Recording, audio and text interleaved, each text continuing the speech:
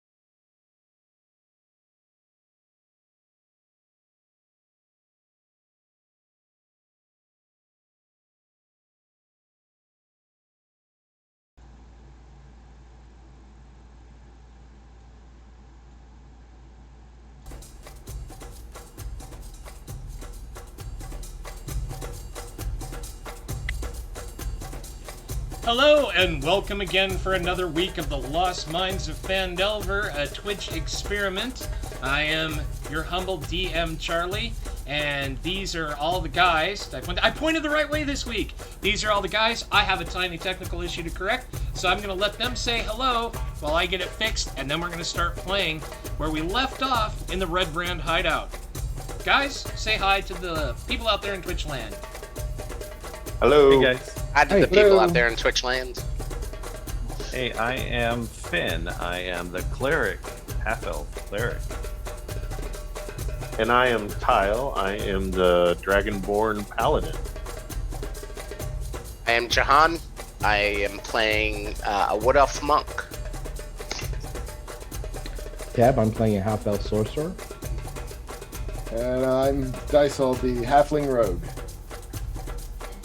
Also the bird guy. Yes. Would anyone like to fill in any new viewers where you left off and what's happening? We're about to die. Yeah, so, from the beginning, we were brought down from Neverwinter to escort a wagon. We were accosted by some vicious little goblins who we slaughtered and saved one of the gentlemen who hired us. We found our way to Phandelver or Phandalin, someplace like that. Vandal. Yeah, and from there we found out that the actual dwarf who hired us has been captured, and we have yet to set off to go save him. While gathering some information, we found out that the bandits kind of run the town, and they had kidnapped someone's wife and daughter.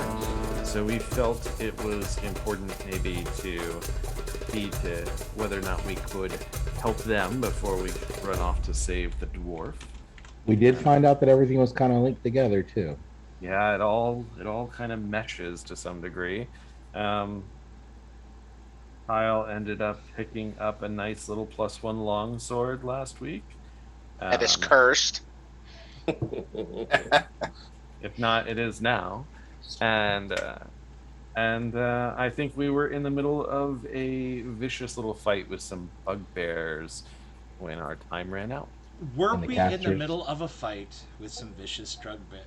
Drug bears. Drug bears. Thank you. Good night. the That was worst fun. kind. Yeah, all right. All right.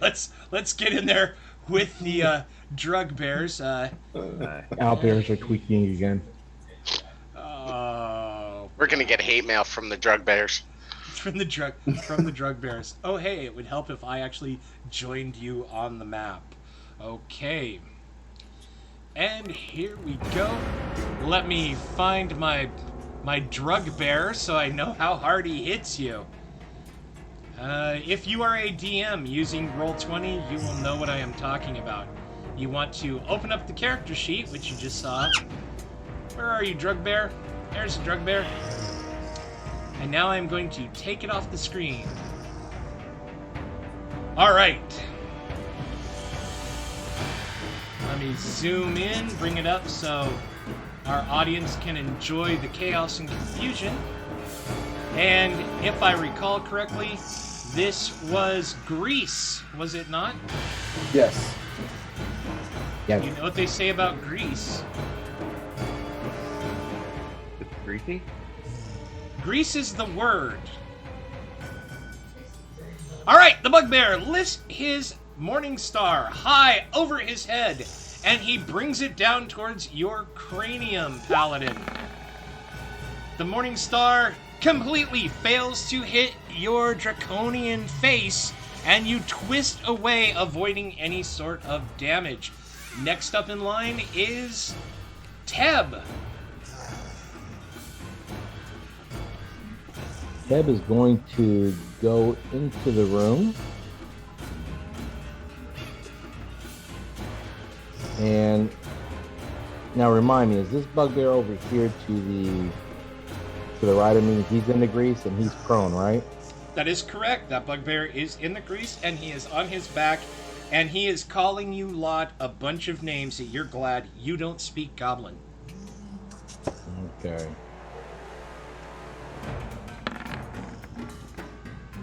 Oh. Not like that. You lift the firebolt, magic flies from your fingers and explodes harmlessly on the wall in the back of the barracks chamber. Do you have anything else you would like to do? Can Teb still move out of the room? You moved. You have 30 feet of movement, so 5, 10, 15, 20. You have 10 feet of movement to move out of the room. Are they both prone? Or does only one get an opportunity attack if I move out? Only the one that would be next to you, the one that is prone right here, would be able to get an opportunity attack. However, since he is prone, he does not.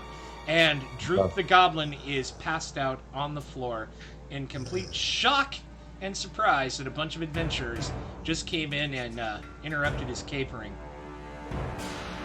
Okay. All right, I'm going to slide on out then. That way somebody else can get a turn to get in here. Okay, cool.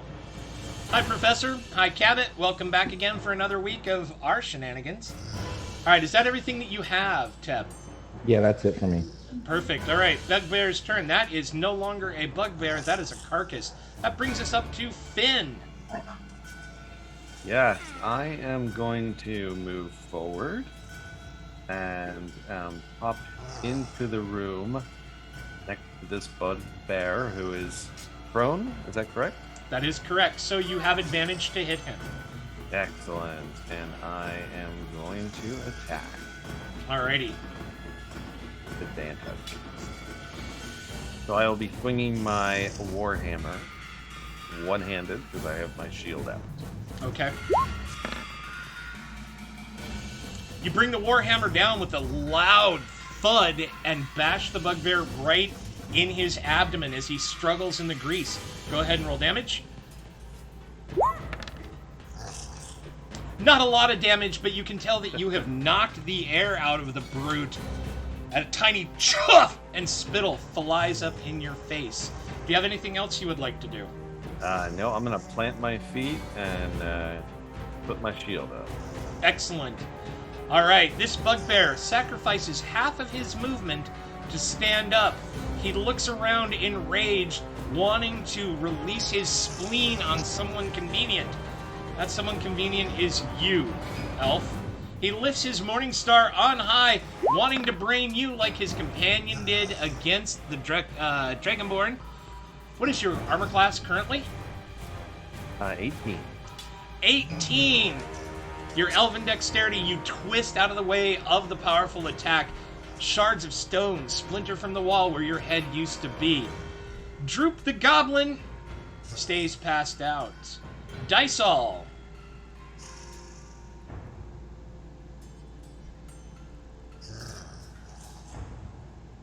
Dysol. Bill, you're on mute, buddy. Okay, I'd like to step up here. All right. It's 20 feet, Perfect. and I'm just checking my movement. Okay. And take aim at this one in front of Finn here. Perfect. The bugbear is wearing hide armor. He does not have his shield up, so you're going to need a 15 to hit him. Okay. You were almost brained by the drug bear. You are. Perfect! Your arrow sails through the doorway and punches through the armor. Go ahead and roll damage. Very nice. Blood begins to flow copiously from the wound delivered to the large brute's abdomen. And I would like to go into attempt to go into stealth. All right, perfect. Yeah. So in this case, if you are new to D&D or don't understand, what Dysol has done as the rogue is he has slipped into stealth. So distracted, our two brutes here would have to use their passive perception to see if they notice where the rogue is during the combat. It's a useful tool. It allows him to sneak attack, move around without being targeted. Okay. Jahan. I'm gonna move into the room. 5, 10, 15, 20. 5, 30. Whoops. Yeah. I got it. I got the grease. I'll move the grease to the side. Don't worry. 35. Now, Dicel hit this one or hit this one? Dicel shot this bugbear here, the one that has Okay. blood oozing out of his guts. Okay. All right, I'm gonna take 2 swings at this bugbear. Okay. First with my quarterstaff. You swing your heavy stick, however it fails to hit. Everyone watching, you see he's rolled a 1. We call that a critical fail. So I, as a DM, being a capricious and sadistic SOB, am going to say, hey, John, roll another die 20.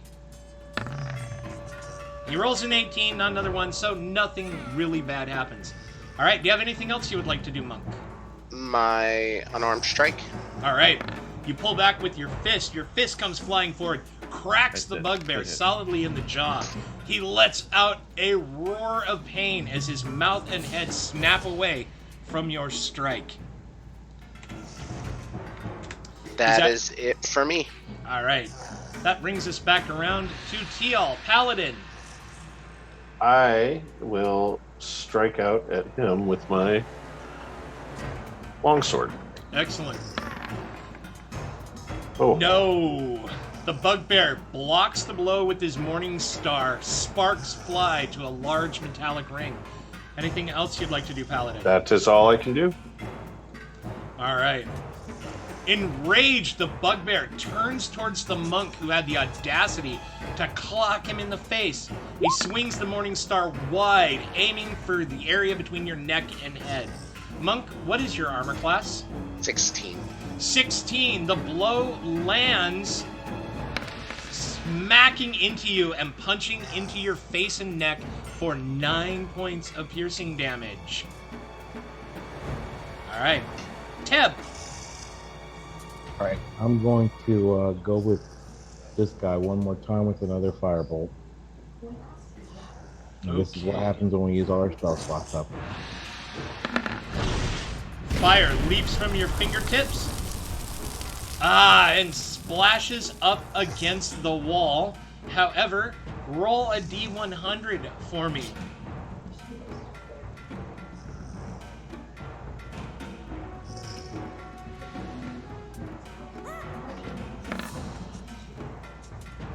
Oh, 96. What I was doing, if you don't follow, is this is grease. Grease is flammable, and Teb just shot a firebolt, a magical fiery arrow, and I thought he had a 50% chance to set this on fire and make things even more chaotic. However, 96, not below 50, so nothing happens. All right, Finn. I will pull the dead out of one in front of me. Toll of the... Doggone it, of course you do. Alrighty, which one are you tolling, Finn? The one right in front of me. You're gonna make me do it, aren't you? Do it. Bong, bong, bong. The spell fills the room with that sonic wave of just pain. Now what this does is, if you look at it, the bugbear needs to make a wisdom saving throw. So I have some macros set up so I don't have to go into his character sheet. I go to wisdom, and everybody will get to see this. Aha! He saves. So, was it? Yep. He Nothing. takes 1d8 necrotic. He did save?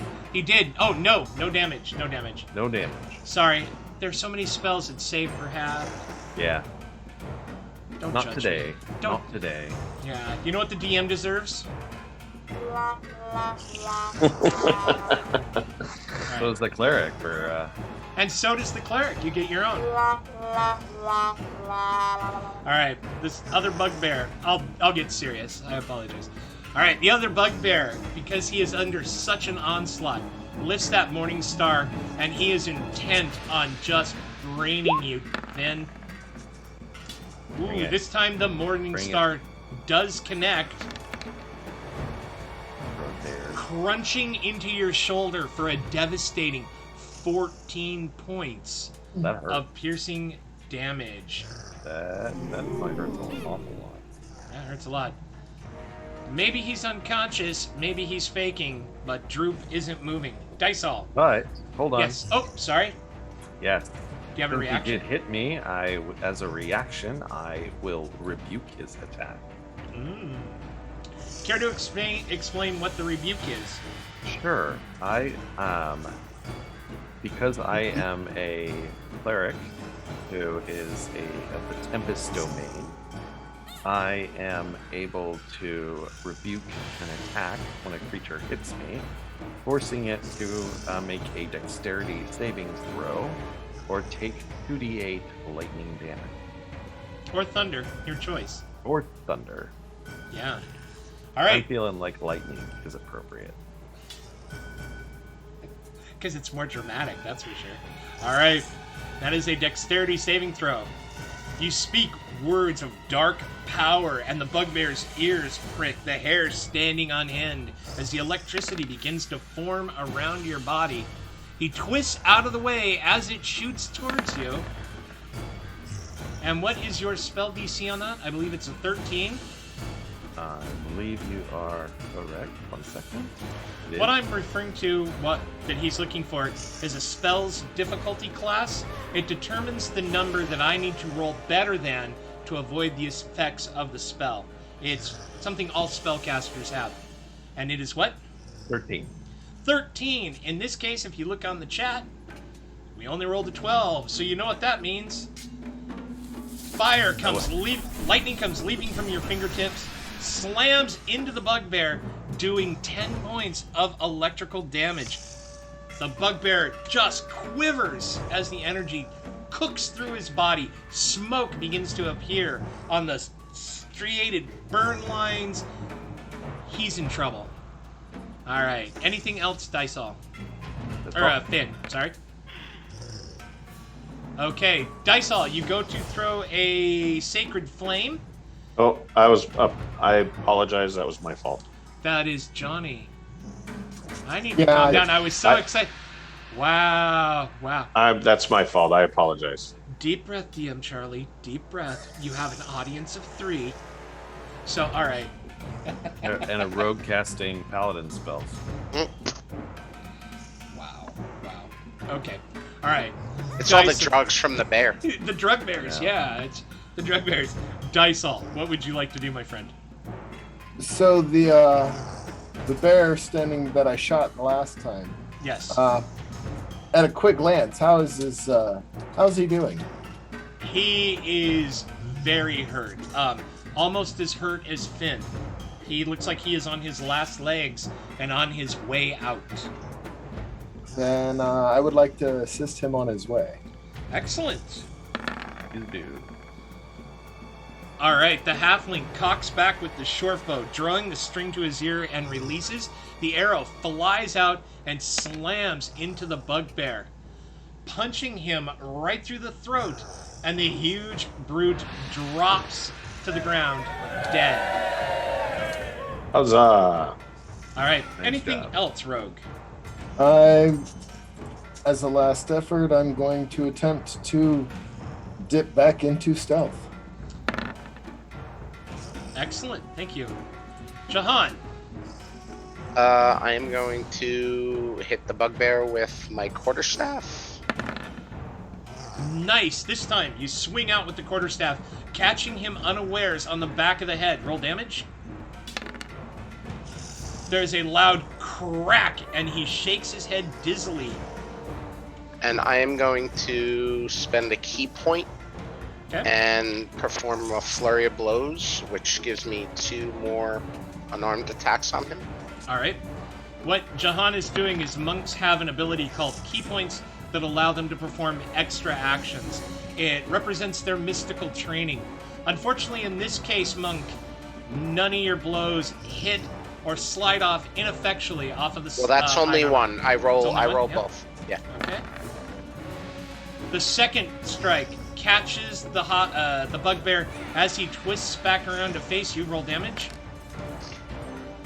Another resounding crack as you crunch his stubby nose into his face. Blood begins to flow down his face and chin.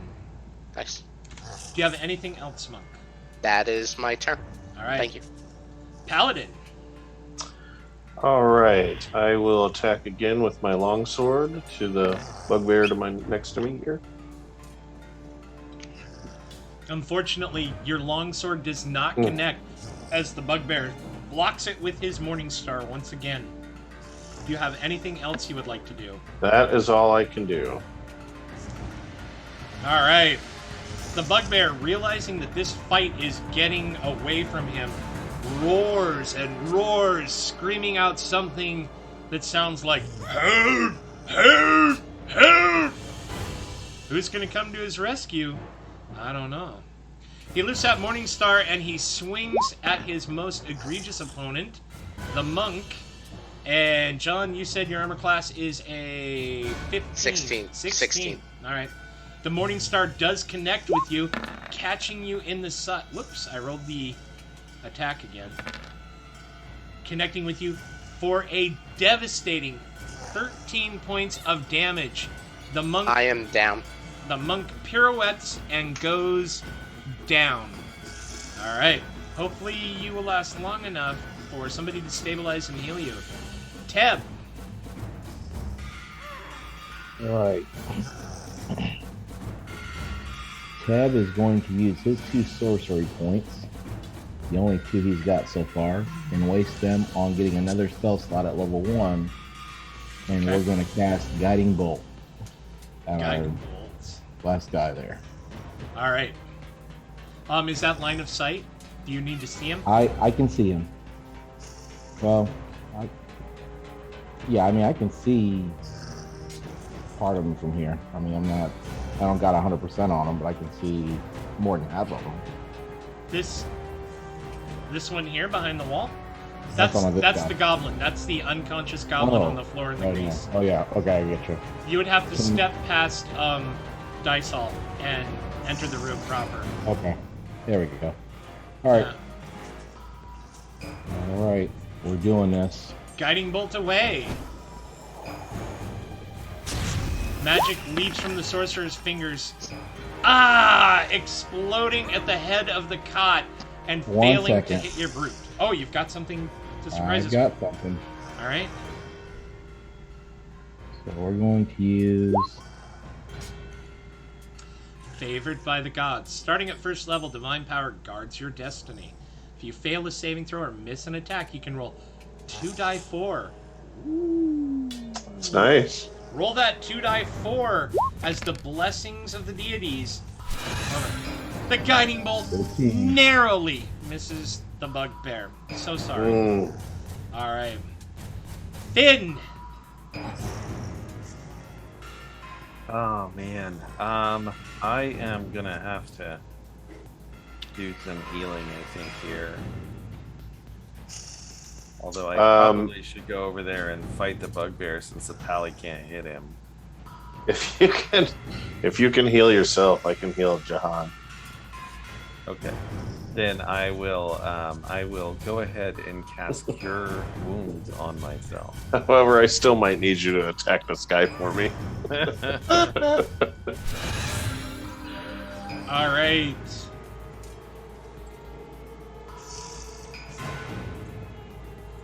Healing magics surround you, and you feel your wounds begin to knit and bind, the contusions beginning to shrink in swelling. Very nice. And that will be it. Alright. And that is a dead bugbear at your feet. Droop is still feigning unconsciousness. Dysol. I'm going to stealthily move around the wall here All right. and fire away. You pull back with the short bow, aim at the bugbear. The arrow flies and shatters harmlessly against the wall behind the combatants. Any other actions? Drop back into the shadows. You kneel down behind the carcass of the bugbear as it slumps over the cot where it was knocked during the battle, and you feel that you are concealed. The monk is down. Now, this is what we have to do. Because he's bleeding out, he makes what's called a death save. Roll a die 20, Jahan. Come on. Oh. Ooh. Double. Yeah, so the way this works, if your character is knocked down to 0 hit points and not stabilized, you have 3 chances. 3 chances to stabilize, 3 chances to die. Rolling a 1 on a death save means he now has 2 death pips, and he only has 1 more roll like this, and he's dead. Otherwise, if he gets 10 or better 3 times, he's stabilized. But I have a feeling the other characters are going to be able to save him. Maybe. Alright, Teal. Excuse me. Can I replenish... Can my lay of hands stabilize him? Absolutely, it'll give him hit points back. Okay. I'd like to deplete my pool of lay of hands and give him 10 hit points back. Alright. Thank you so much. The paladin... Oh, go ahead. Go ahead. No, you... Please. The paladin kneels down, lays out that huge dragony paw, places it on the monk's leg, and the monk receives those 10 hit points of healing magics. As a bonus action, I would like to cast Shield of Faith on him, which will give him +2 to his armor class. Alrighty. Thank you. We will remove the death state, and we will give him... what's a good one for a shield? There we go. Shield of Faith. Alright. Anything else, Paladin? Nope, that will be my turn. Excellent. Alright. The bugbear, seeing you down on your knees, ministering to your companion, lifts his morning star, and he goes to brain you. Because you're not paying attention and you kneel down, he has advantage. This time, your armor class is an 18. You see the morning star coming down for your unprotected head and flatten yourself, and the weapon swings over you harmlessly. Teb. I'm going to go with another firebolt right from where we're at. You can do it. No, he can't. This Oh, time you set the end of the bed on fire and the mildewy pillow starts to scorch and burn. Do you have anything else you would like to do? I think I've done enough. Yeah. The room starts to fill with the acrid stink of burning feathers, and putrid smoke wafts faintly up from the pillow. Finn! I will toll the dead. Do it. Bong! Bong! Bong! Once again, the room fills with that sound. And here we go, a wisdom saving throw on my bugbear.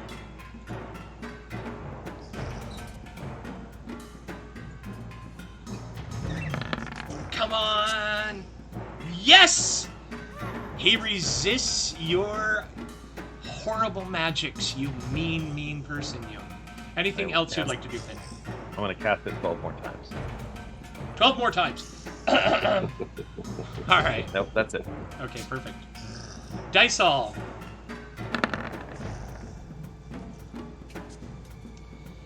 You let fly Drop with down the... and loose. Alright. You let fly with the short bow, the arrow sinking into the bugbear.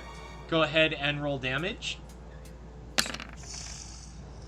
Nice. And like that, you drive an arrow into the bugbear, and he drops, However, it is at that time that the door to the north of you swings open, and you see 4 red brand ruffians, yikes, come running out, ready for battle. Alright, let me resort the initiative order. Okay. Red brand ruffian, that is 5, 10, 15, 20, 25. Let me zoom out a little. Gonna get rid of a carcass there. Running forward, and I need you to grab my bad guys.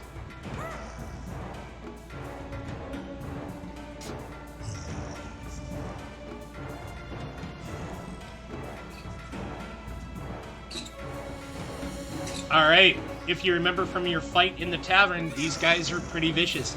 He lifts that short sword and he swings at you, Teb. Once, twice, the weapon comes down. And your armor class is currently a... Yikes, it's not letting me look. 9. 9. Ooh. The short sword does catch you. Cuts into your back for 3 points of piercing damage. You feel blood begin to fill up the lower part of your shirt and the top of your pants. Teb, what would you like to do to respond? Go long rest.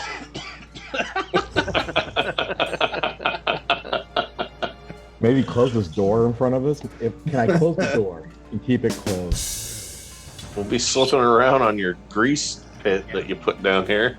Yeah, I know. It's like, man. You could, at this point, dispel the grease pit. Because you can dispel it with a bonus action. So you can shut and try to bar the door and dispel the grease in the same turn. Let's do that. Alright. With a flick of your wrist, the grease spell dissipates, no longer becoming a dangerous obstacle for you to try and traverse. And you swing the door shut and slam the bar. You hear the red brand guard on the other side beating on the door, trying to break it down. All right. Now I can get the long rest. Right. Okay. Finn, you hear the red brand on the other side of the door, pounding and cursing, shouting, "Who are you? Let us in! You're not Red Brand!" I respond. Well, we've been fighting, so it's kind of hard to argue that. Yeah, we're not. I am going to reposition myself here. Okay. And Black Spider sent us. I don't know how many there are on the other side of that door, but if I get in front of it, I can let loose a bolt of lightning from my mouth. sounds like the plan. Yeah, I'm more than inclined to get away from the front of the door. Yeah, you did have some movement in your turn, but I'm good. I'm moving, and I'll hold my action for now. All right, perfect. All right. I'll hold mine until after.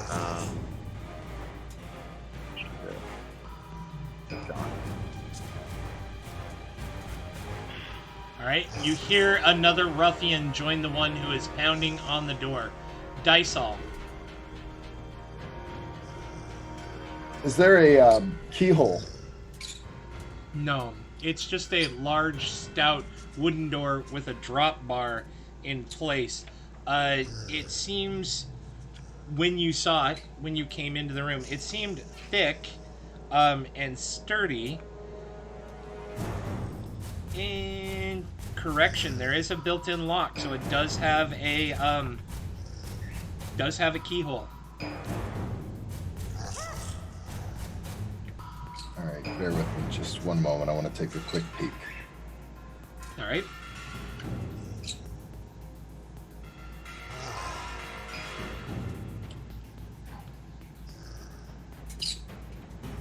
I'd like to take a moment and attempt to lock the door with my tools.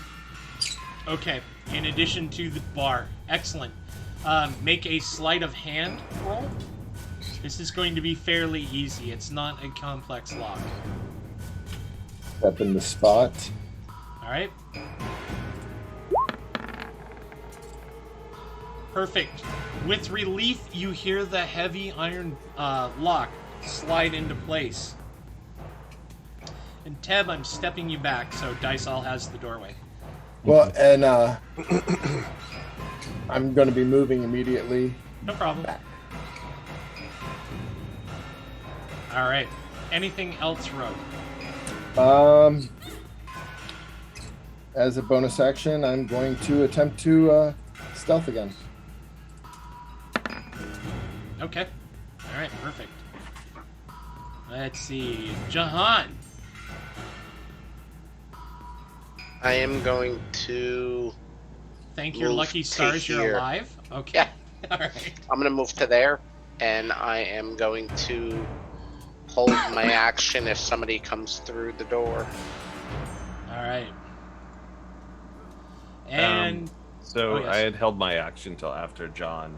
okay, perfect. So I am going to respond back to the red flow that, in a very gruff Indian goblin, I do speak goblin, that the goblin here it's gotten out of hand. We've got it under control, but we have to keep the door locked, otherwise it'll get away. Ooh. Roll a deception roll. You are trying to lie to them and see if they will believe you.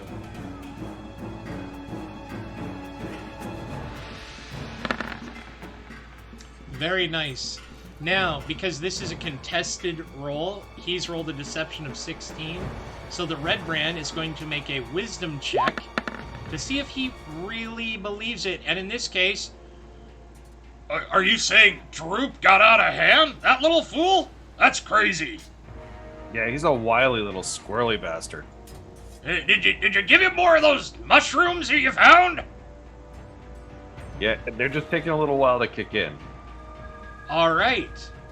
And with that, due to your clever ruse, they stop pounding on the door, and you hear them leave and go back to whatever they were doing in the room up above.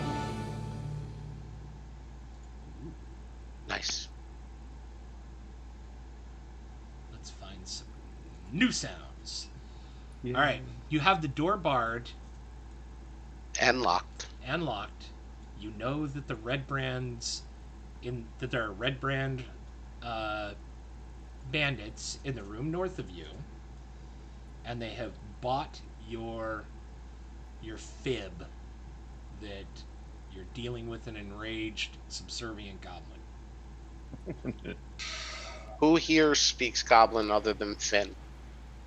I think I speak Dwarvish and Draconic. And Common, obviously. Because what I'm thinking is, can we try to take a long rest in here while we have the door closed? How long is a long rest, Charlie? 8 hours? 8 hours, and you may take one every 24 hours. And I think your last long rest was... Well, yeah, you got up in the morning, you went out to the... Yeah, so you could take a long rest at this point. So I only need a short rest to get all my key points back. And I can use a hit die to get my hit points back. But we can use a long rest. But, well, I'm just saying I can, somebody can watch for 4 hours while I get a short rest, and then I can take the rest. But I don't speak Goblin? I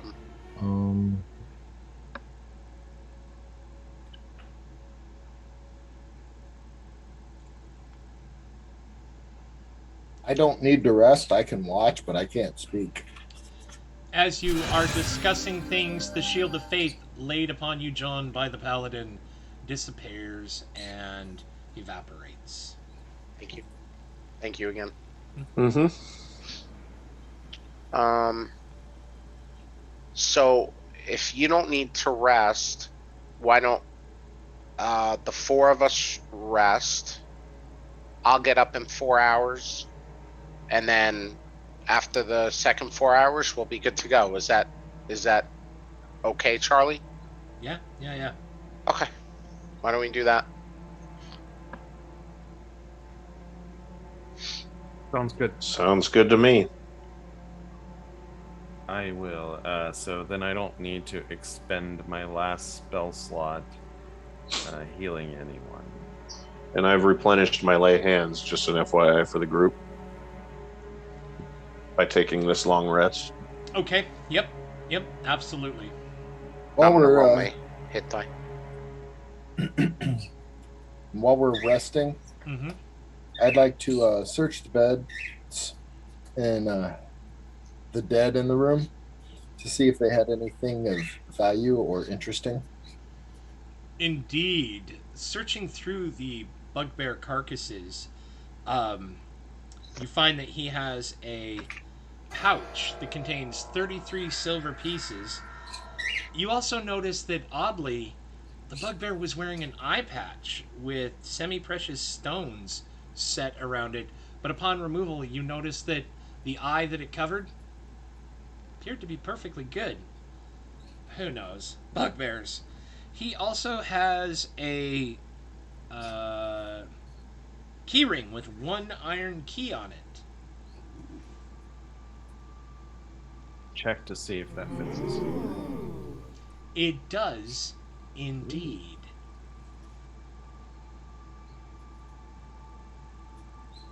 Okay. And was there anything noticeable around the room? Other than the treasure found on the bugbear, no.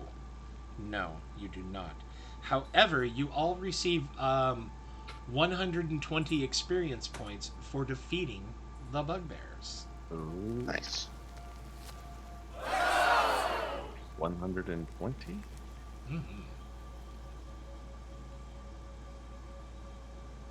That puts you guys at 640, right? It does.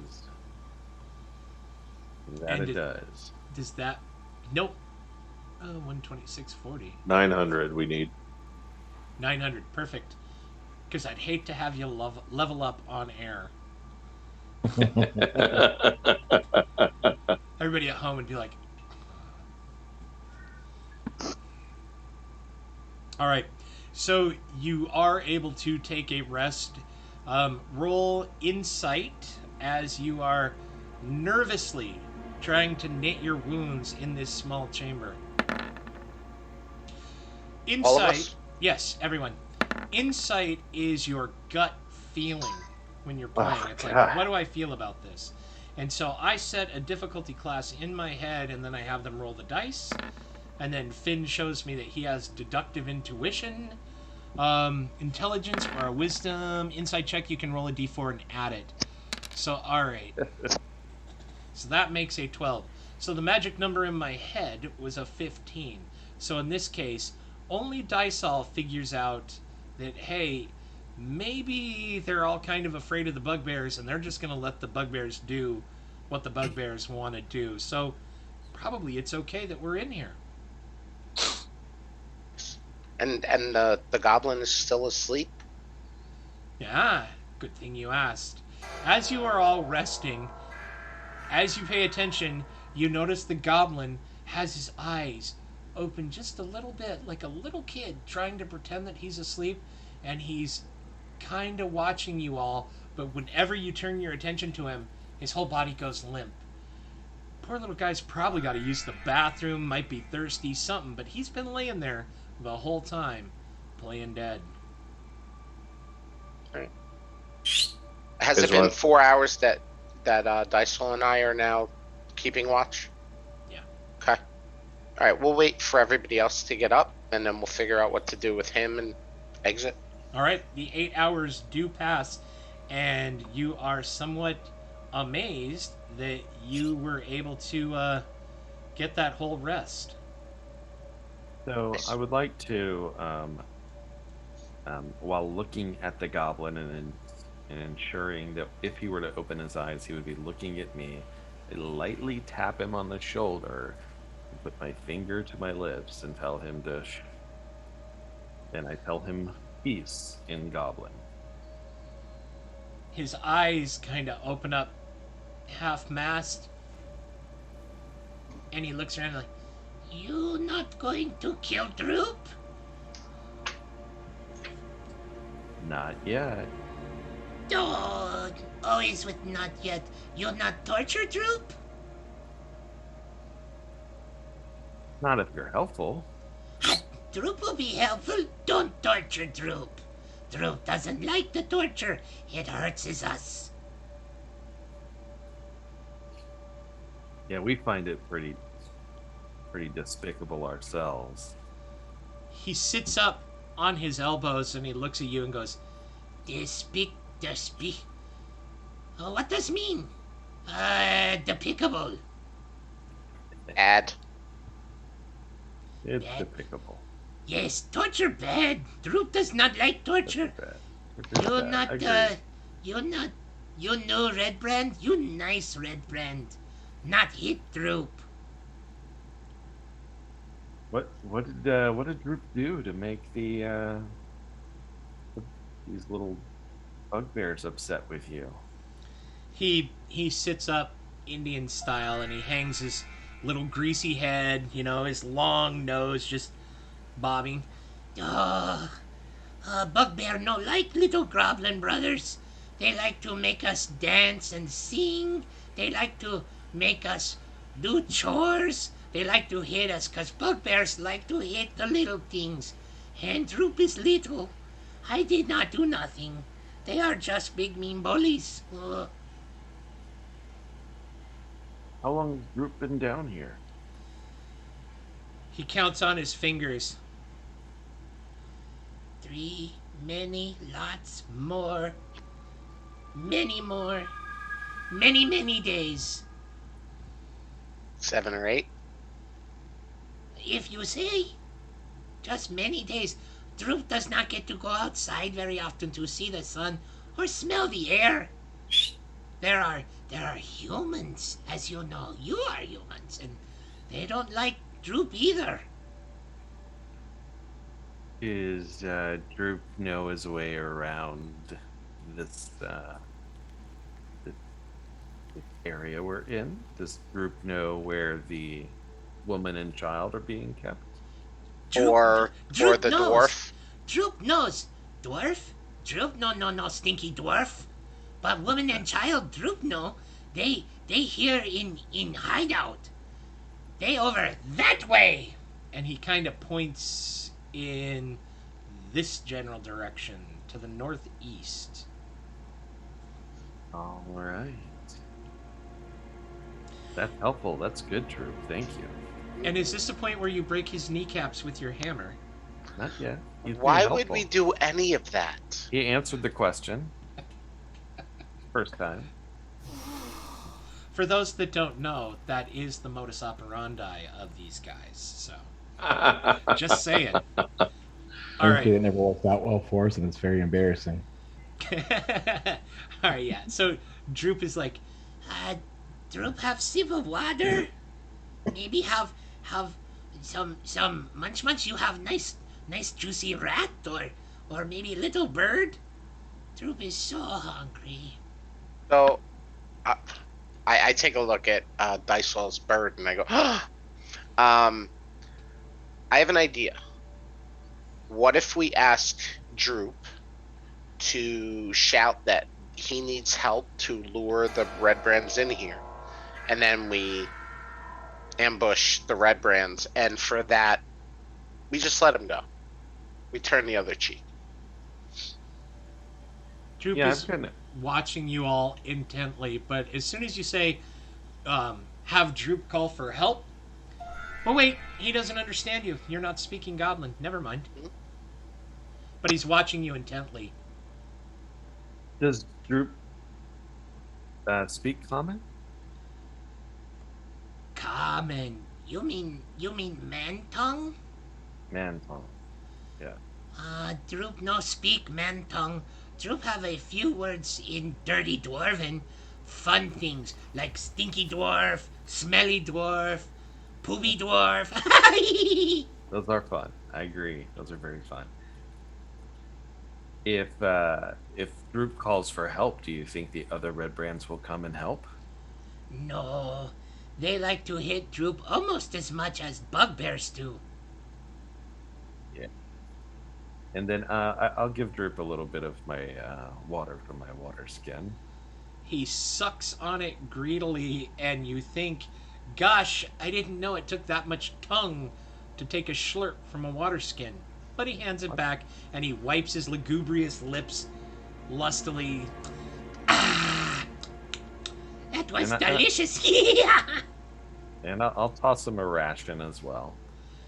He tears into it as though he is famished, and he's just smacking and mawing with such a noisome relish that it's hard for you all not to have your stomachs turned by it. I already have my stomach turned after looking at Finn's water skin. Ugh. I actually pushed it back to him and said, "You can go ahead and keep." I actually burn it. No, I'll just give it to him. I'll let Droop keep it. So, Droop. Ooh, okay. All right. Could you please make a persuasion roll with advantage, Finn? It's gonna be like Dobby and Harry Potter. I don't know. We'll find out, right? All right. Droop takes it, and if goblins could cry, you would see a crystalline tear just appear in the corner of his eye. But he's a goblin, so they don't and he didn't. But he takes it, and he just drains the thing. So, Droop, have you ever heard of the Cragmaw Castle? Yes, Droop come from Cragma. It is in the north. I came down with bugbears. Ooh, how far away? How many days? He's thinking. He starts counting off on his fingers again. And that is...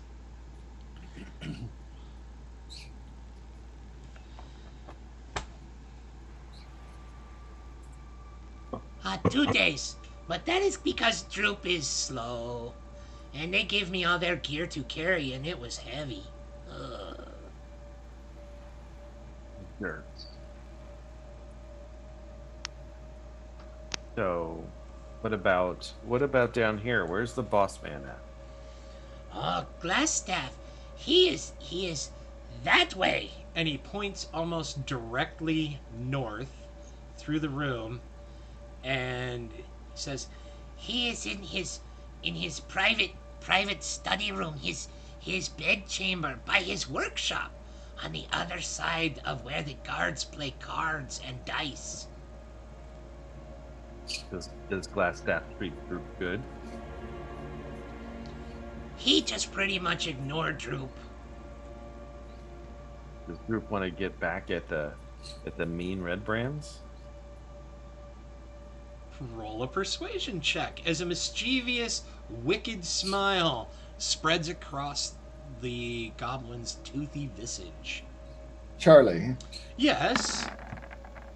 during our first encounter with some goblins, one of the items that we found upon them was a worthless shiny stone, which I've kept in my inventory. Okay. I'm going to pull that out and play with it and see if he notices and if it attracts his attention while this conversation's going on. All right. You notice that the goblin seems to have goo-goo eyes for Finn, because it's been the first person to be nice to him ever. And let's see. We will make a roll for him. No, he seems to be pretty intent upon Finn. It might be something that you would have to be more obvious about. Absolutely.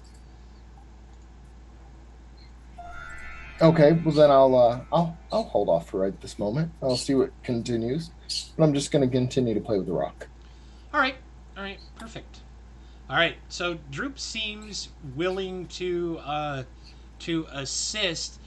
When you asked about helping against the red brands, though, he kind of shrinks back. Your gut tells you that maybe he's afraid to, and probably wouldn't want to do it of his own volition. Well, Droop, I don't need you to actually fight them. I just need you to run away. I just need you to get them to chase you.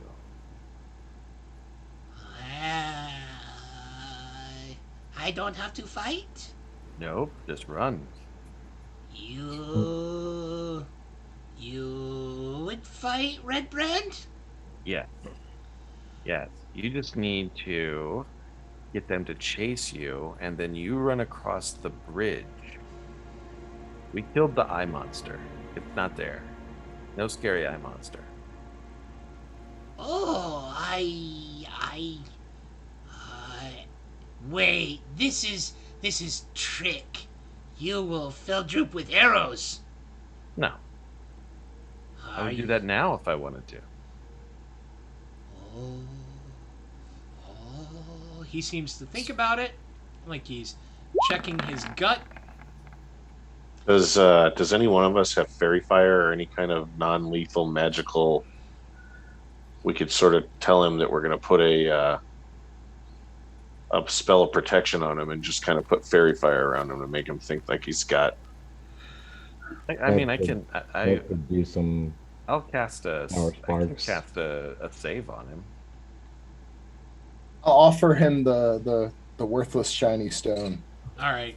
His eyes light up as he sees the stone, and as you offer it out, his grubby little paw lashes out and he grabs it greedily, clutching it to his chest along with his wineskin, crumbs and sauces still around his lips. You know, he smells faintly of fish and feet. He is an unwashed, filthy little goblin, but he says, Okay, Droop will do. Droop will do. Okay. What you want me to do? I need you to run up to the door just to the north of us, and I point that way, and open the door, and then say, uh-oh, and then turn around and run the other direction, and then run across up the stairs and across the bridge, and then hide. You are wanting Red Brand to follow you out? I want Red Brand to follow you out, and then we'll sneak up behind Red Brand. If I just say, uh-oh, they will just ignore me or throw cup at Droop's head. I have idea. You Okay. have been very, very, very kind to Droop. I have idea to make them chase. Yeah. Hey, let's pinch them in this hallway. Me and another guy will stand outside here, blocking this passage. Can you guys see where I'm clicking on the map? Yeah. Yeah. And I then just you guys- figured and we- then the yeah, rest- we could set it up. Rest of you guys can stay in here and close off their return or their retreat.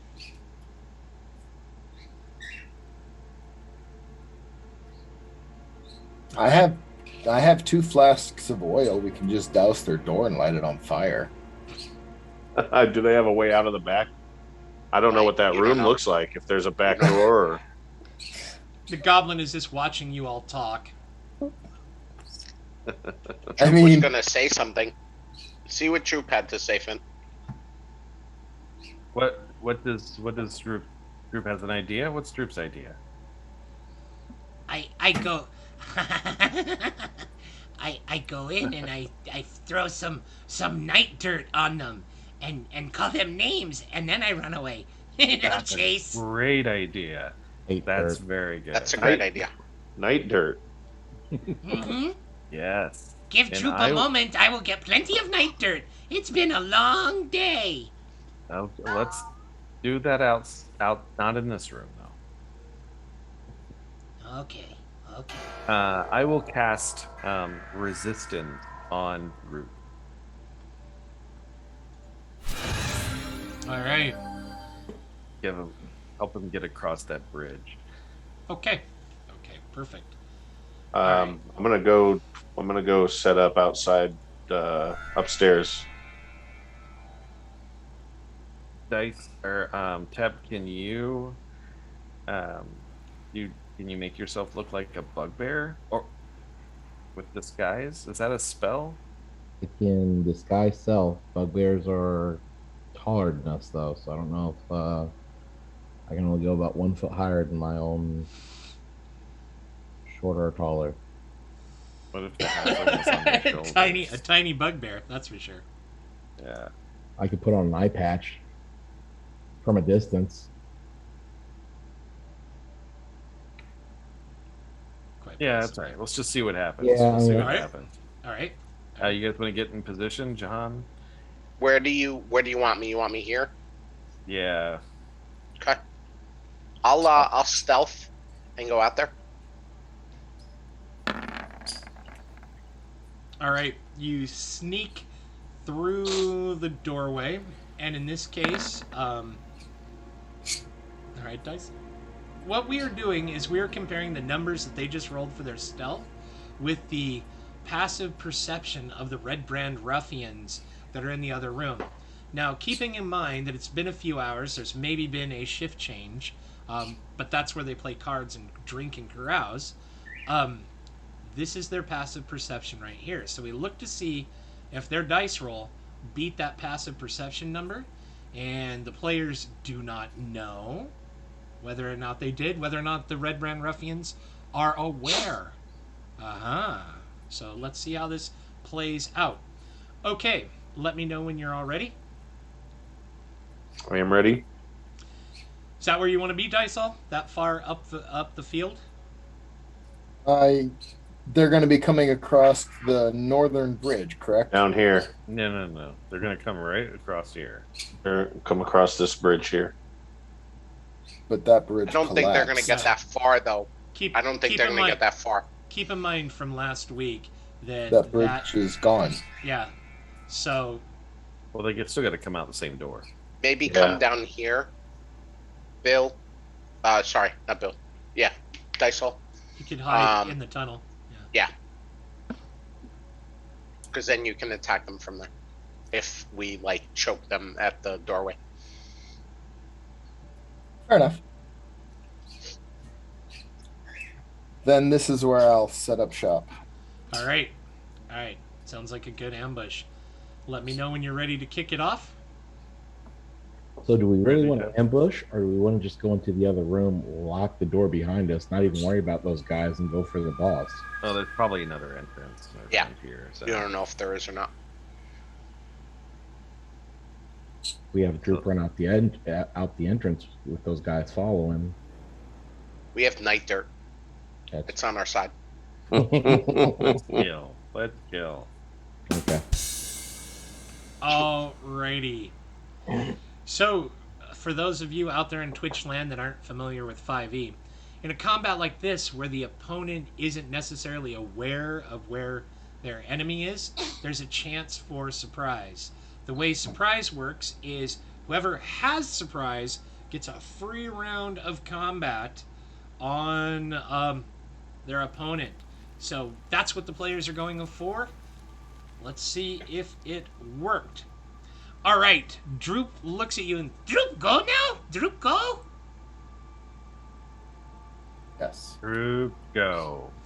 Droop walks through the doorway, and you hear him moving aside his, loincloth. You hear him squat. There is a wet, squelching noise, and the area around you, Teb and Finn, it's indescribable, and it makes your eyes water. Wow. Goblins. Oof.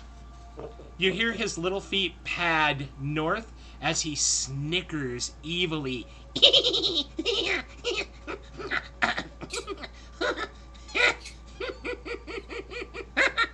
You hear the door open, and you hear rough human voices.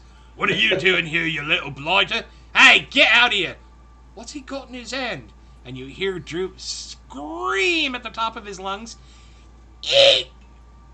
Night dirt, you stupid filthy red brands! However, it's in Goblin.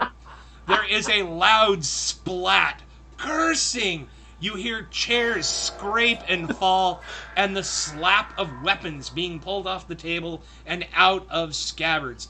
Droop comes running, cackling like a madman, his eyes streaming with tears of joy and mirth, and he comes tearing out and runs by you. At this point, the Red Brands come running out of the room, weapons drawn. And let's see, they are in full chase mode. So I'm going to move them their full pursuit. And I assume you're going to pop the ambush there, correct? When one gets there? Yes. Here, yeah, when they get out here. Okay, so they're going to be able to move. We're going to move everybody as they chase. You see one fellow who stinks to high heaven, a big stain on the side of his head, on his face, dripping from his beard, and he is making retching noises as he runs by. And let's change that music as we go into combat. And let's get some better combat music. And here we go. Let me bring the combat initiative order up. Uh-oh. What happened there?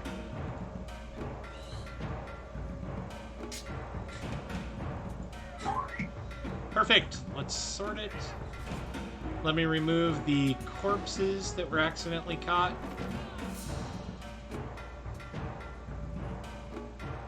All right. They rolled well. Yeah, I rolled horribly. They sure did. So doesn't get to go because he's surprised. Doesn't get to go because he's surprised. Wash, rinse, repeat, and surprise. Dice all. All right. The halfling lifts the short bow to his ear. Let's fly with a hastily fired arrow, completely missing the Red Brand as he comes running out with that short sword, clad in his studded leather armor. Anything else you would like to do, Rogue? If possible, I'd like to jump back into stealth. Go ahead. Charlie, answer me a question. Because we're ambushing and they're not expecting it, is that not advantage? Just, I don't know.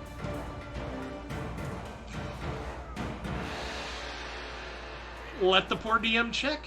That might be something I missed. Believe it or not, as awesome as I try to be, I do still occasionally miss a couple things. I don't believe that. I don't think it is advantage, yeah. Oh boy. Combat. Wow. Surprise! Although, if the rogue was in stealth, he would have advantage.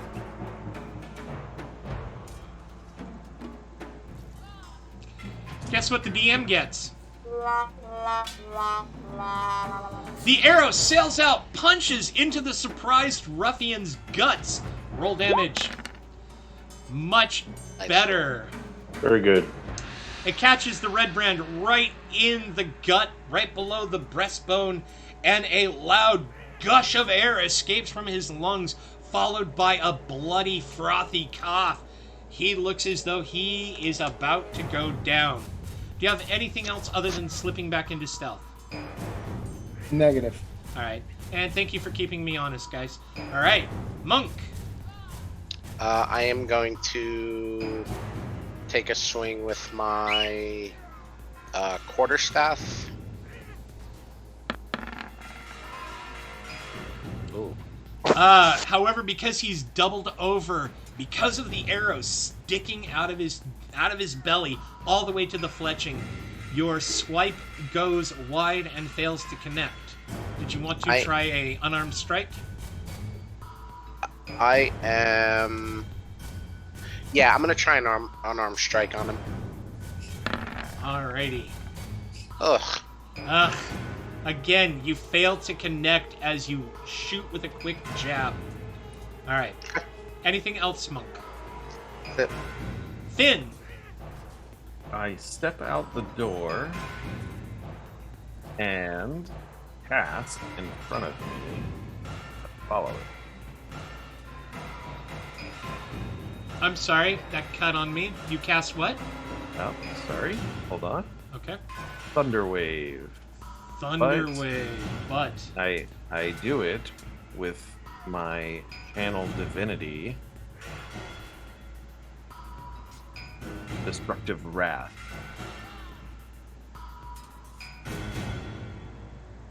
Wow.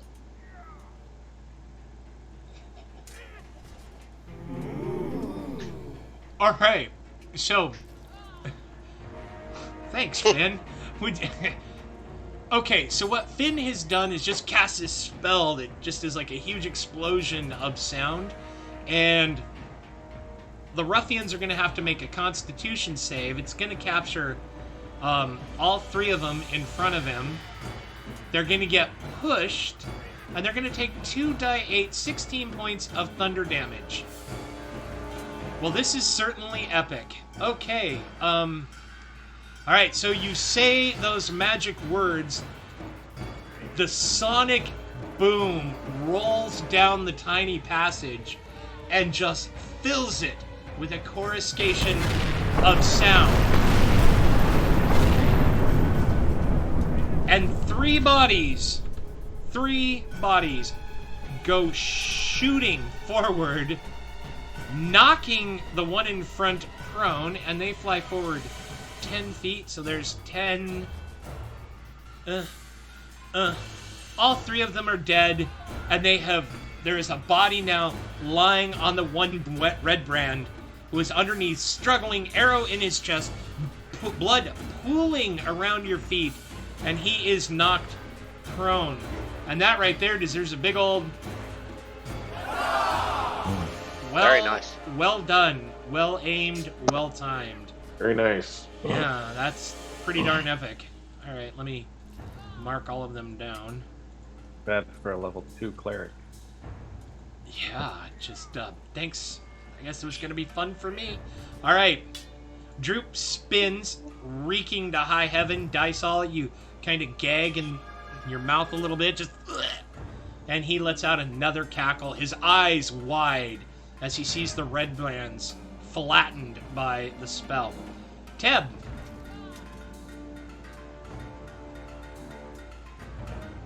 Which ones are still alive?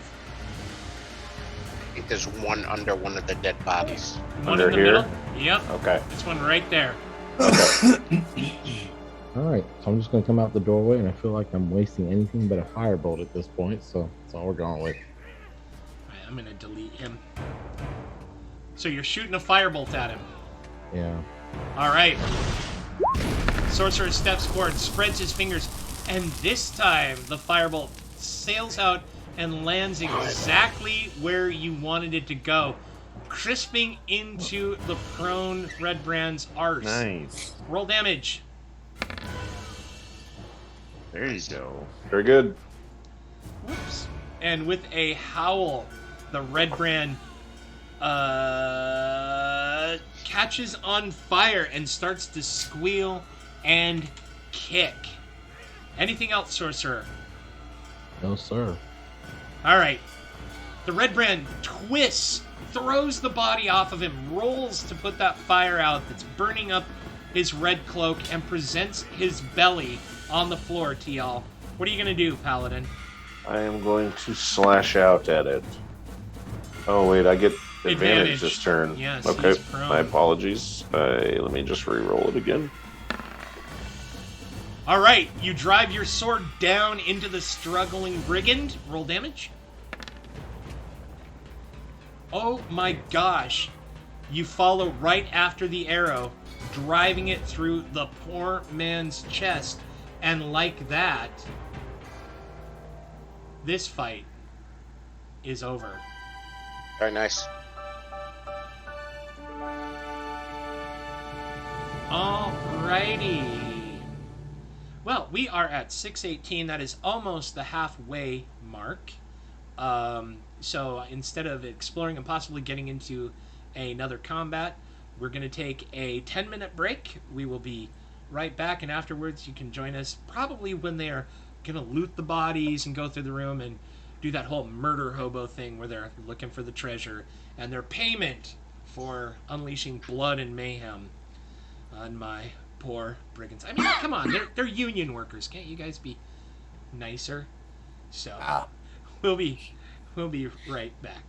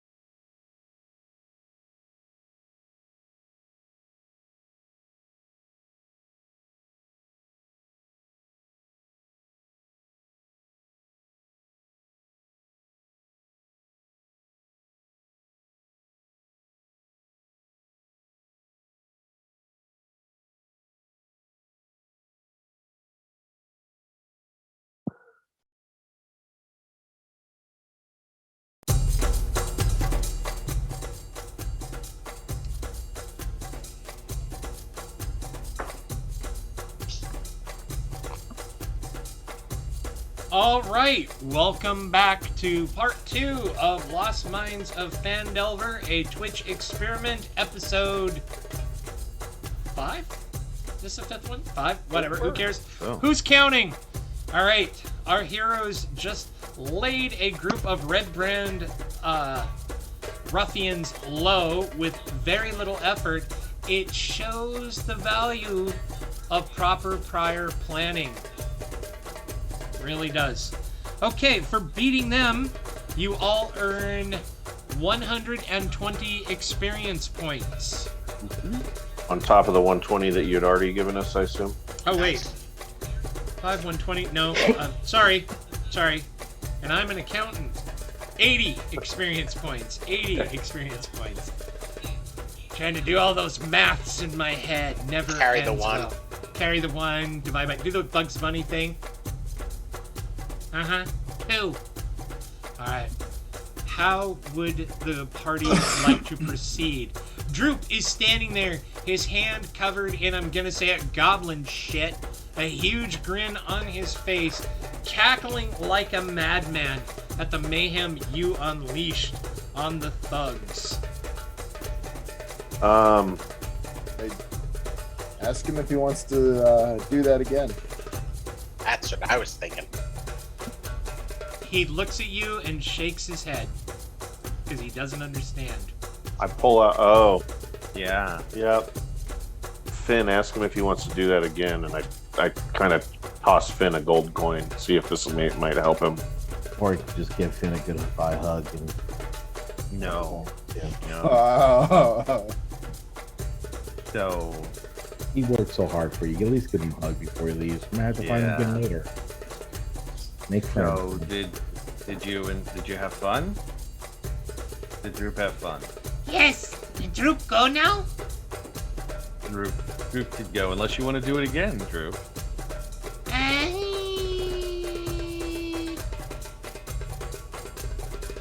Droop is Hold up the gold are points. there any like secret rooms or secret doors nearby that you could show us? Droop thinks about it and he says, Droop knows of a secret door. I can show you. Oh, good. Can you take us there? And then if you do, the big blue lizard is going to give you a shiny coin.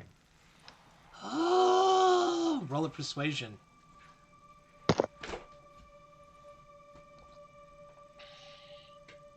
Let's have this on a hot tube.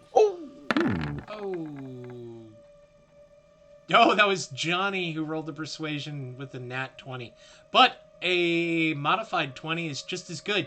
Droop reaches up with his besmeared hand, grabs yours, and literally starts dragging you northwards towards the other bridge, saying, Come on. Droop will show you. I wonder if he's going to show us what we found already.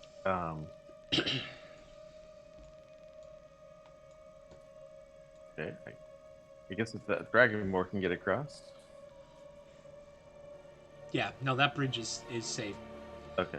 Are you joining the party, Rogue? Or are you hanging out? Absolutely.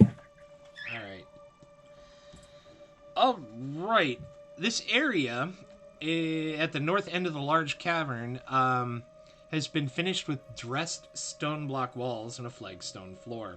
Several barrels are stored against the walls here, along with a number of empty crates, straw for packing, hammers, pry bars, and nails. The cavern continues for some distance. You already know that. You just came that way. Okay. Droop points right here, and he says, in a dramatic stage whisper, Secret door. "Oh, welcome, Streamers Discord community. Welcome to the stream."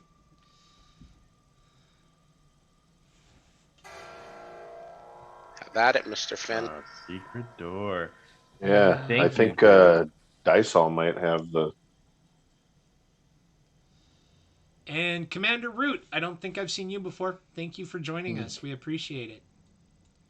Do a I, perception. Yeah, I will nudge. I will nudge the lizard to give Droop his coin. I flip the goblin his coin.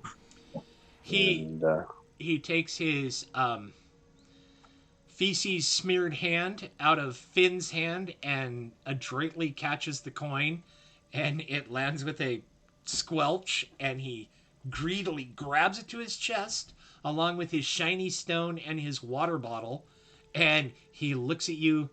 Troop go now? Droop, go now. He says, Thank you. You so kind to Troop. and the poor little fellow lopes off to the south, and he stops at the cavern mouth, and again, in a loud stage whisper, the little goblin says, I wish you good luck. I walk over and pat Kyle on the back and wipe, tell him wipe. he's a good guy and walk away. You are the ones who yeah. All right. So you are looking at the, go ahead and make a perception roll to find the secret door. You saw, Perception was 12. yeah, I see that. You saw where it was, where he pointed to it. Not quite sure what he was talking about, but he was pointing to that area right there. And I was, even though I didn't call it out, you had advantage. Would somebody else like to try? Yeah, I will give it a shot. Just trying to see if my deductive... Nope, it doesn't apply to that. It only applies to investigation. Alrighty. This is perception. Yes. I have a +5, so Oh, wow. You neither, Finn. You're just not seeing the secret door. could he be wrong? I mean, it looks like there's something right here. Like, I don't know why the room just kind of stops right here. Come over here and roll. Get over here and look at the damn door.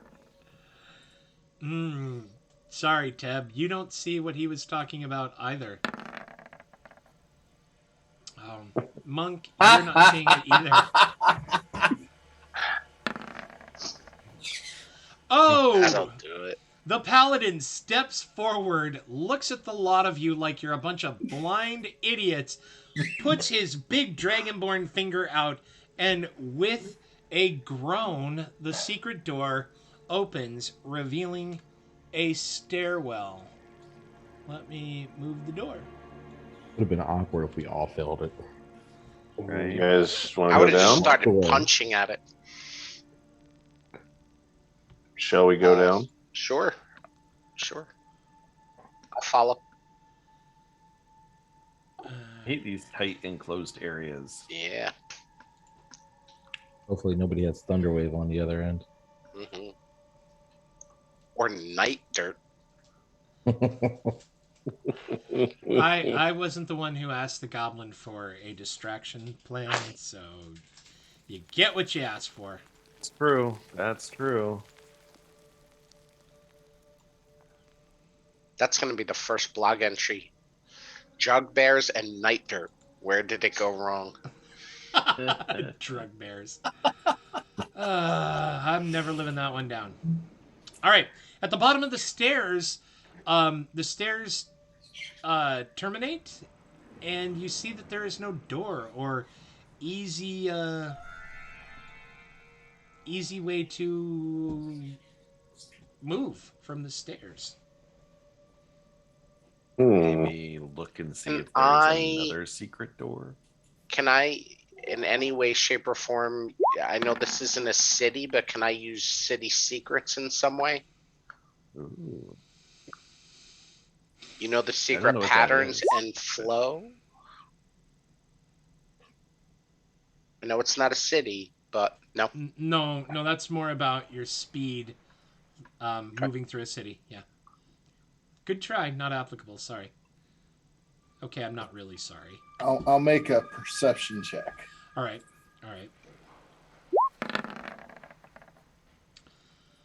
Once again, no, you don't, Dysol, as you stand beneath the Dragonborn's feet.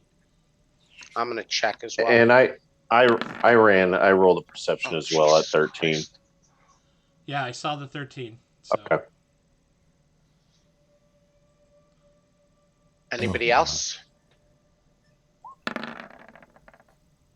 How do you burn virtual dice? Change the color. You change the color. I've done it So- twice so far this round.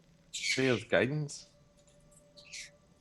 No, I don't think I do. Let me double check. No.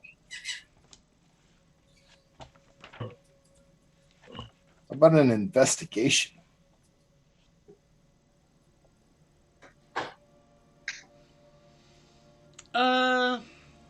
Yeah, we'll allow it. You know that something has to be down here, and you are actively searching for it. Is it? Wow. Your eyes start to bleed. No, you're fine. Purple's not a good Can color. I get in there and give it a shot? Yeah, I'm gonna back out. Yeah, you can squeeze down there, but somebody's gonna have to like make a. Yeah, I'll back out. Oh, there we go. All right. I Yeah, Tab. Okay, so you're rotating through the area because technically you should be in front of the space that you are searching. So, all right, after some searching, you find, yes, indeed, there is another secret door almost exactly like the one at the top of the stairs. What would you like to do? Get out the way and let one of the tanks open the door. Welcome, Lightning Flicker, and welcome, if I mispronounce it, I really apologize. Not Yo Sefsa 7. Hopefully you like our humble little stream. And Commander Root, welcome back again. Okay, so the door opens. I think. It's not giving me the dynamic lighting layer. There we go. The door opens, revealing... The walls of this bedchamber are covered with drapes of scarlet cloth. The furnishings include a small writing desk with matching chair, a comfortable-looking bed, and a wooden chest at the foot of the bed. Sitting at the desk is a short, dark-bearded human male in robes studying a tome. He wears a princely mantle of ermine. A beautiful glass staff leans against his chair within easy reach. And he looks up, looks at you, wearing your tattered, dirty red cloak that you took from the tavern, and he says, I don't know you. There are no dragonborn in the Red Brands. You must be an enemy. But he seems so surprised. You get the surprise round. Hooray. Alrighty. Let me sort, and then we'll bounce right through. Yep, everybody gets a round, and we'll jump over glass staff. So, Dysol, you are at the back. You will probably have to hold an action until the stairwell is cleared, okay? I can occupy. That's right, with you can. Halfling. halfling nimbleness. Alright. 15, 20, 25, 30. You can get into the room. I can only move 25, Okay. and it puts me just in the doorway. I will take a shot.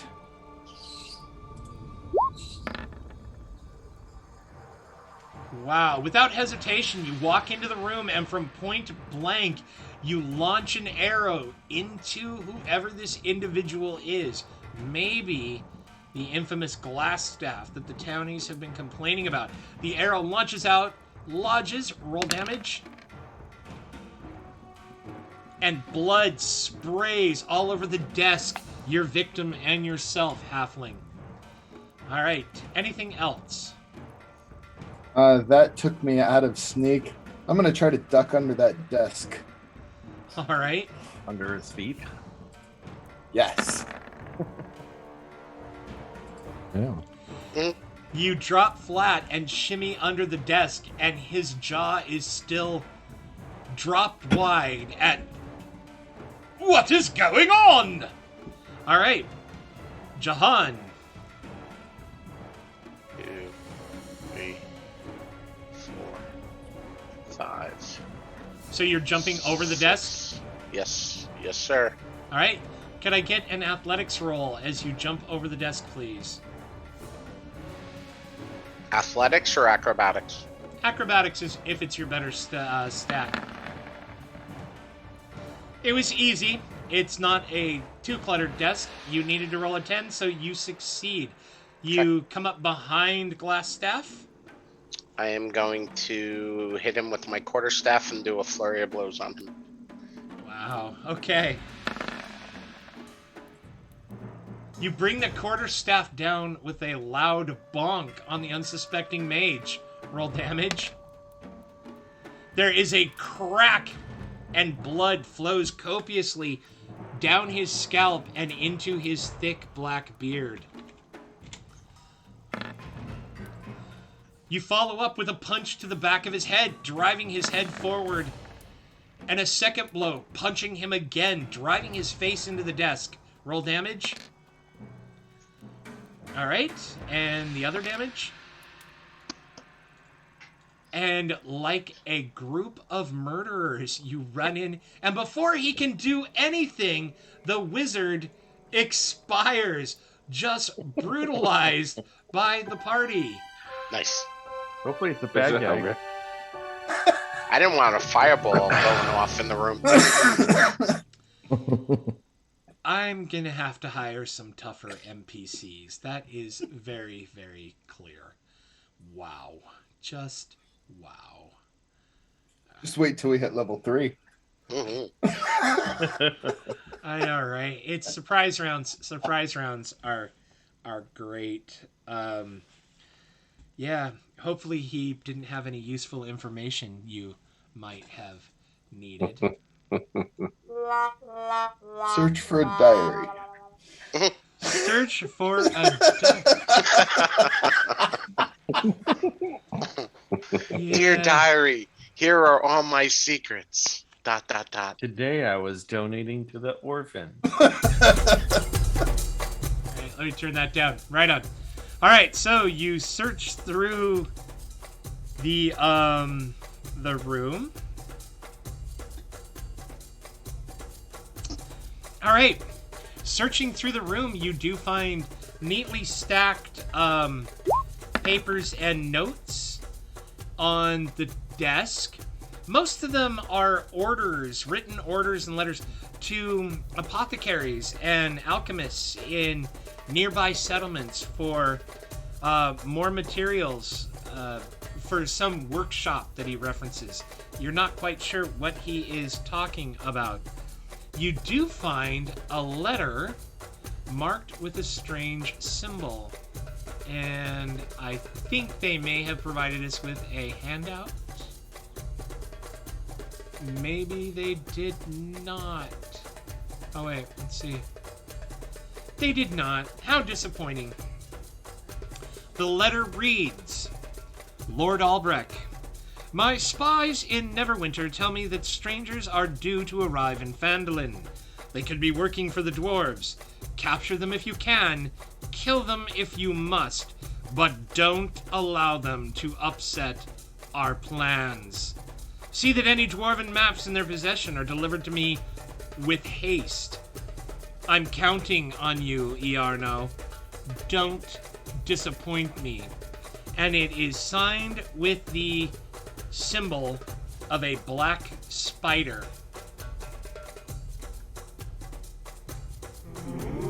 Does anybody remember who Iarno was? Was it this guy? Iana Albrecht is someone that was missing. Okay. To recall, what's Sildar his name Hallwinter was looking for him because Iarno was one of his colleagues in the Lord's Alliance. And if you recall, that is the not-so-secret society that's dedicated to spreading law and order throughout the land. Can we search the body of the glass staff? Absolutely. He has nothing of value on him, but there is a chest at the foot of the bed. I'll point to the rogue and ask the rogue if he could check it for traps. I'll check it. Okay. Sleight of hand. All right. That would be for opening, but I'll let you go with it this time. Normally it'd be like an investigation. Yeah, checking the chest. You realize it's not even locked.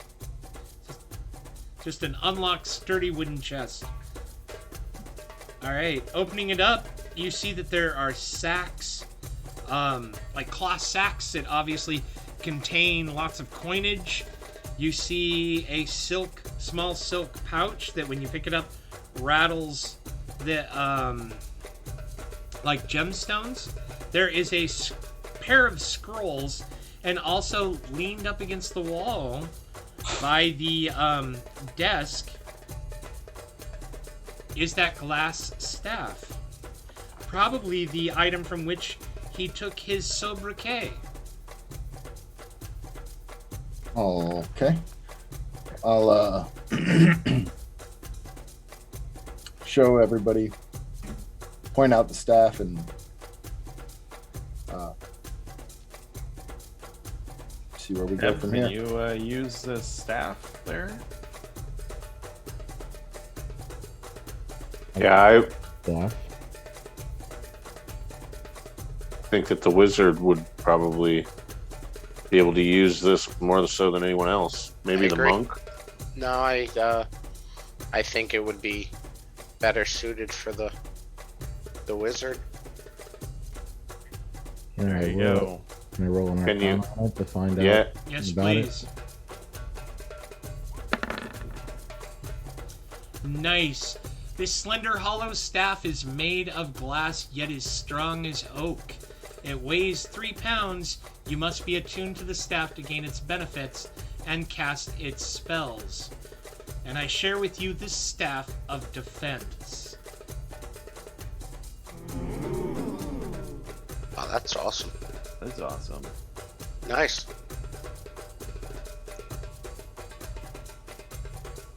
All right.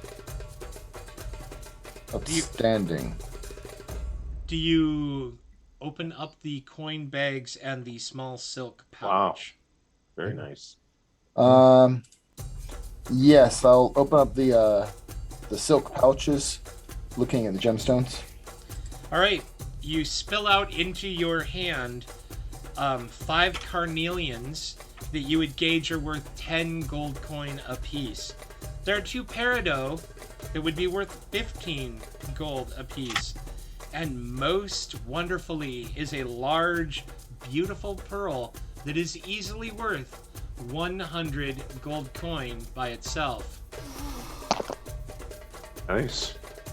Okay, I'm gonna read that back as 5 carnelian, 2 peridot, and 1 pearl, valued at 10, 15, and 100.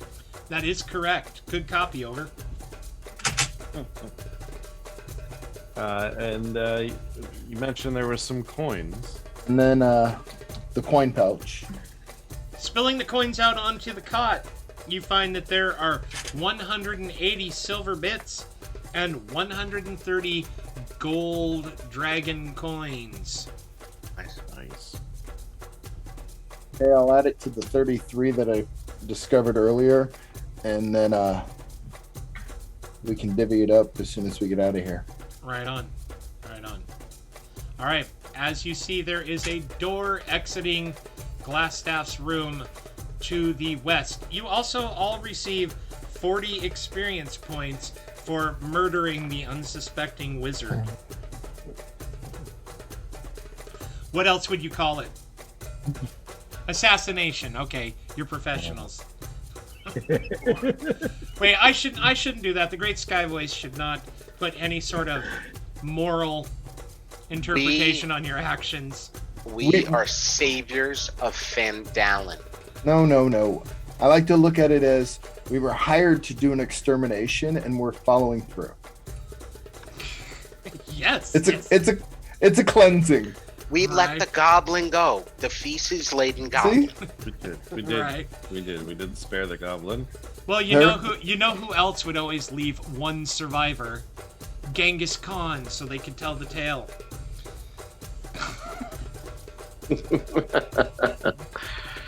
Well, then we'll have to leave too.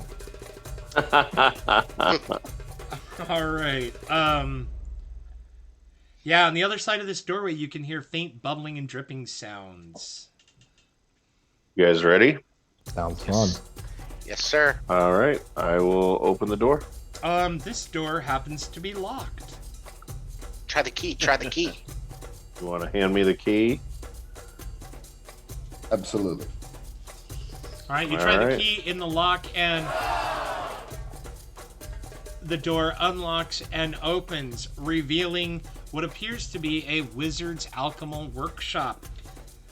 A rat scurries around the floor and takes refuge under a large work table set up with alembics, retorts, distillation coils, and other alchemical devices, all of it stewing and bubbling away. Bookshelves are crowded with sheaves of parchment and strange-looking tomes. Nice. Would I be able to read any of the tomes, or backstory on Finn is he is a member of the Alchemist Guild. Yeah. Do you have an Arcana skill, the ability to read magic? Probably not a specific proficiency, but I do have. I can roll Arcana. Okay, make an Arcana check. Yeesh. Not good.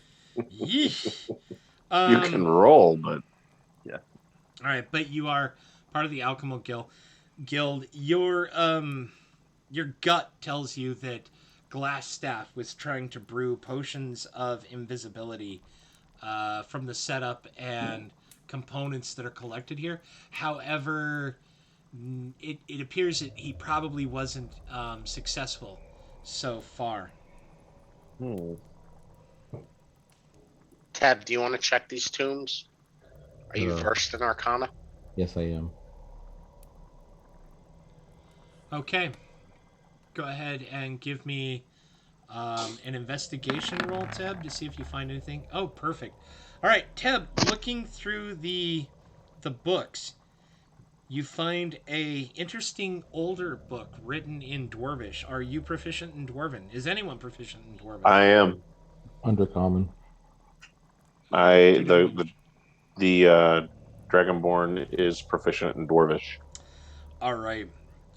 You have discovered the journal of an adventurer named Ermon, and it describes the history of the lost mine of Phandelver and the Forge of Spells. And because people are just joining us, I will read the background that I read on our first day.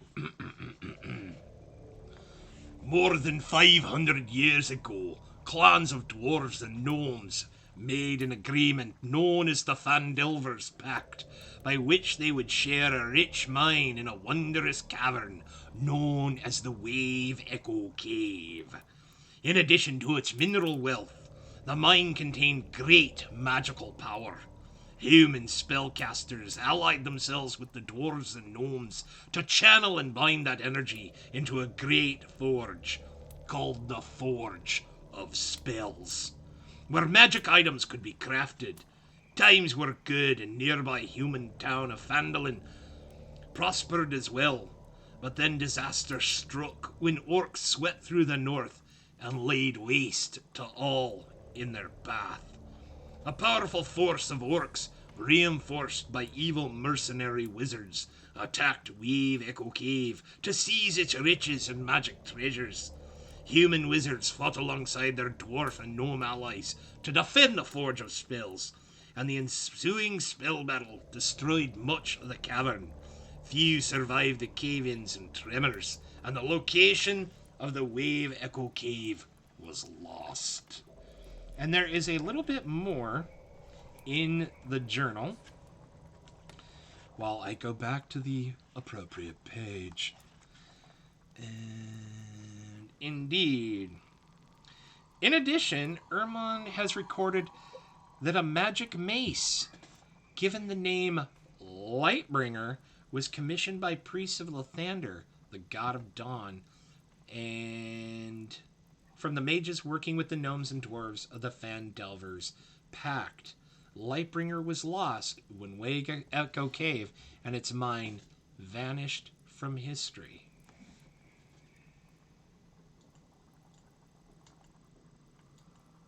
Oh. Of course, Sirenscape is being salty. It should have gone bum, bum, bum.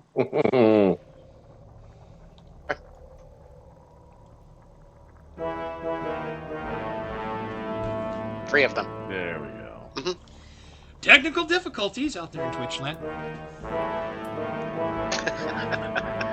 See what happens when you press it 7 times?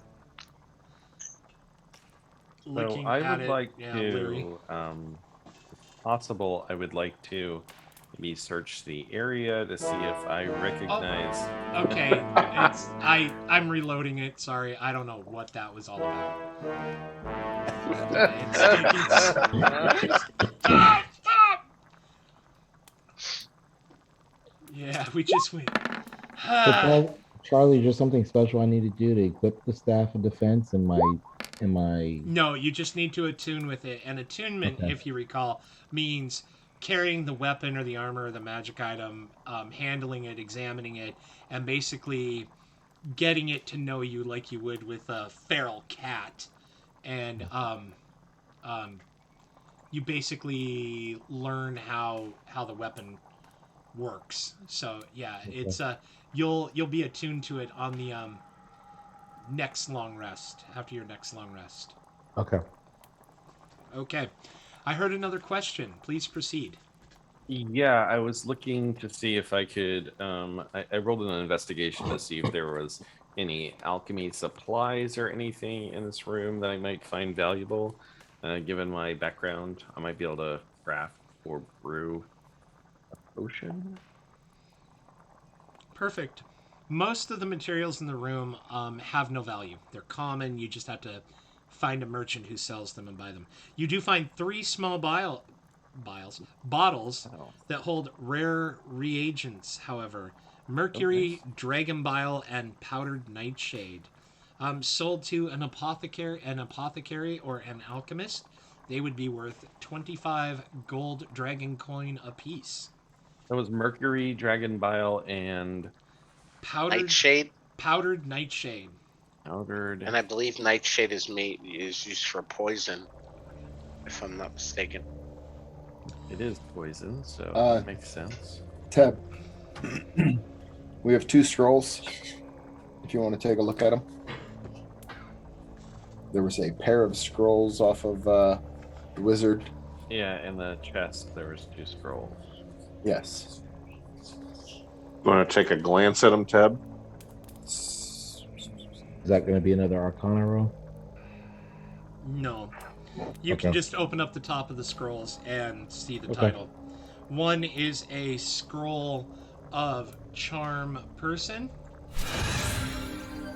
And Jiminy Cricket, one of them is a scroll of Fireball. Love it. You'll have to try and copy that one. You go ahead and keep those. Fireball. Okay. Nice. Gonna have to find a way to burn or steal those before you guys can cast it. Yeah. I mean, what? Now, so fireball is a 3rd level spell? Third. Yeah. So having the scroll gives him the ability to cast it even without a level 3 spell slot? Right. Cast it one time and then it's consumed as the magic erases the words from the scroll vellum. Yeah. Nice. So it's do we save it and keep it for repeated use, or do we use it right away?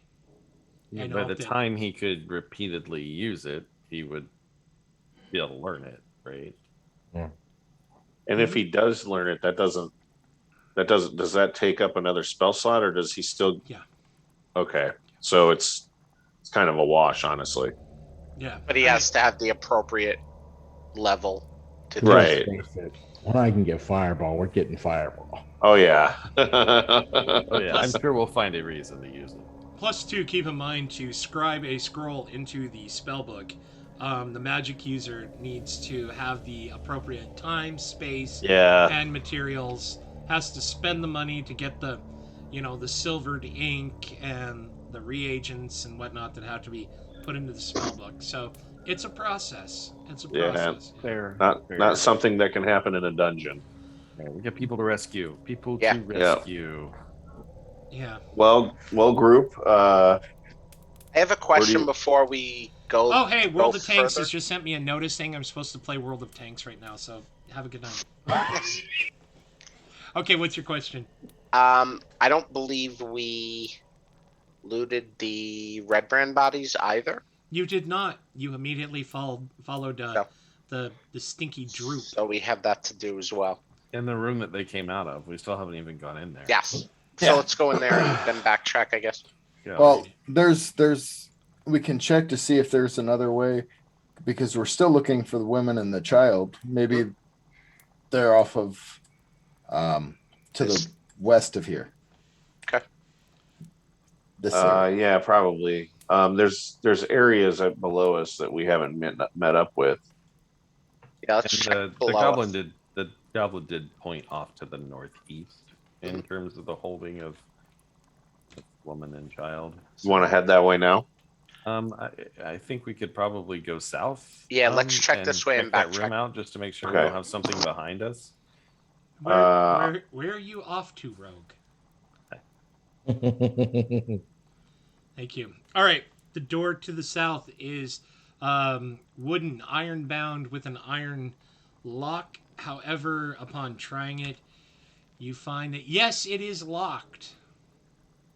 Does the key that I was given work? You turn the key, and with a groan, the door opens without effort. Okay, so I can see with my dynamic lighting up here, so I know that we've been up here before.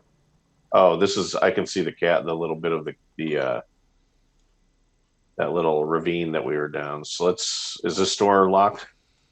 As you try the handle, no, that door is not locked. Go ahead and open it. All right, the door opens up, revealing to the south. I will flip through the handy-dandy book. All right, there are several worn tables and chairs scattered around this large room. The chairs are all turned over and dumped on the floor. Wooden benches are drawn up against walls, decorated with draperies of brown and red, and several ale kegs are propped up and tapped. There is a large, stinking pile of goblin poo in the middle of what was apparently a card game. On the table, you see a whole bunch of coins used for betting and what appears to be a small gold earring with a gemstone in it. Very interesting. I'll collect the coins and the earring, clean them up All right. before adding them to my pouch. But I'll hold the earring out to the wizard to see if he picks up anything off of it. Okay. Come on, Sirenscape. And I would have given you a silver shiny piece if you had wiped all the coin on Teal's back. Welcome. I can't control it. What they're talking about is they duped a goblin into helping them, and the goblin helped them lure some guards out of the room by... You ever seen a chimpanzee at the zoo when it flings poo at the window? Yeah. I have some high-class players. All right, so no, the earring is not magical. It, however, is clearly set with a tiny ruby stone in it, and you would adjudge it to be worth probably 30 gold coin. The other coins that take you some time, Dysol, to clean up of the filth that's spattered all over them. 75 copper pieces, yeah. 55 silver bits, yay. 22 electrum pieces, and 15 gold coin. Hey, Dysol, Yes. you still have that eye patch that had all the gems in it? The Let me look at semi-precious stones in the eye patch. that. Yeah, Yes. let me look at that. Sure. Okay, that was 75 copper, 50 silver, 25 electrum, and 15 gold. Correction, 55 silver, 22 electrum. Thank you. 22. Electrum. And out the south, you see that that is indeed your hallway that you had exited after your battle with the bugbears.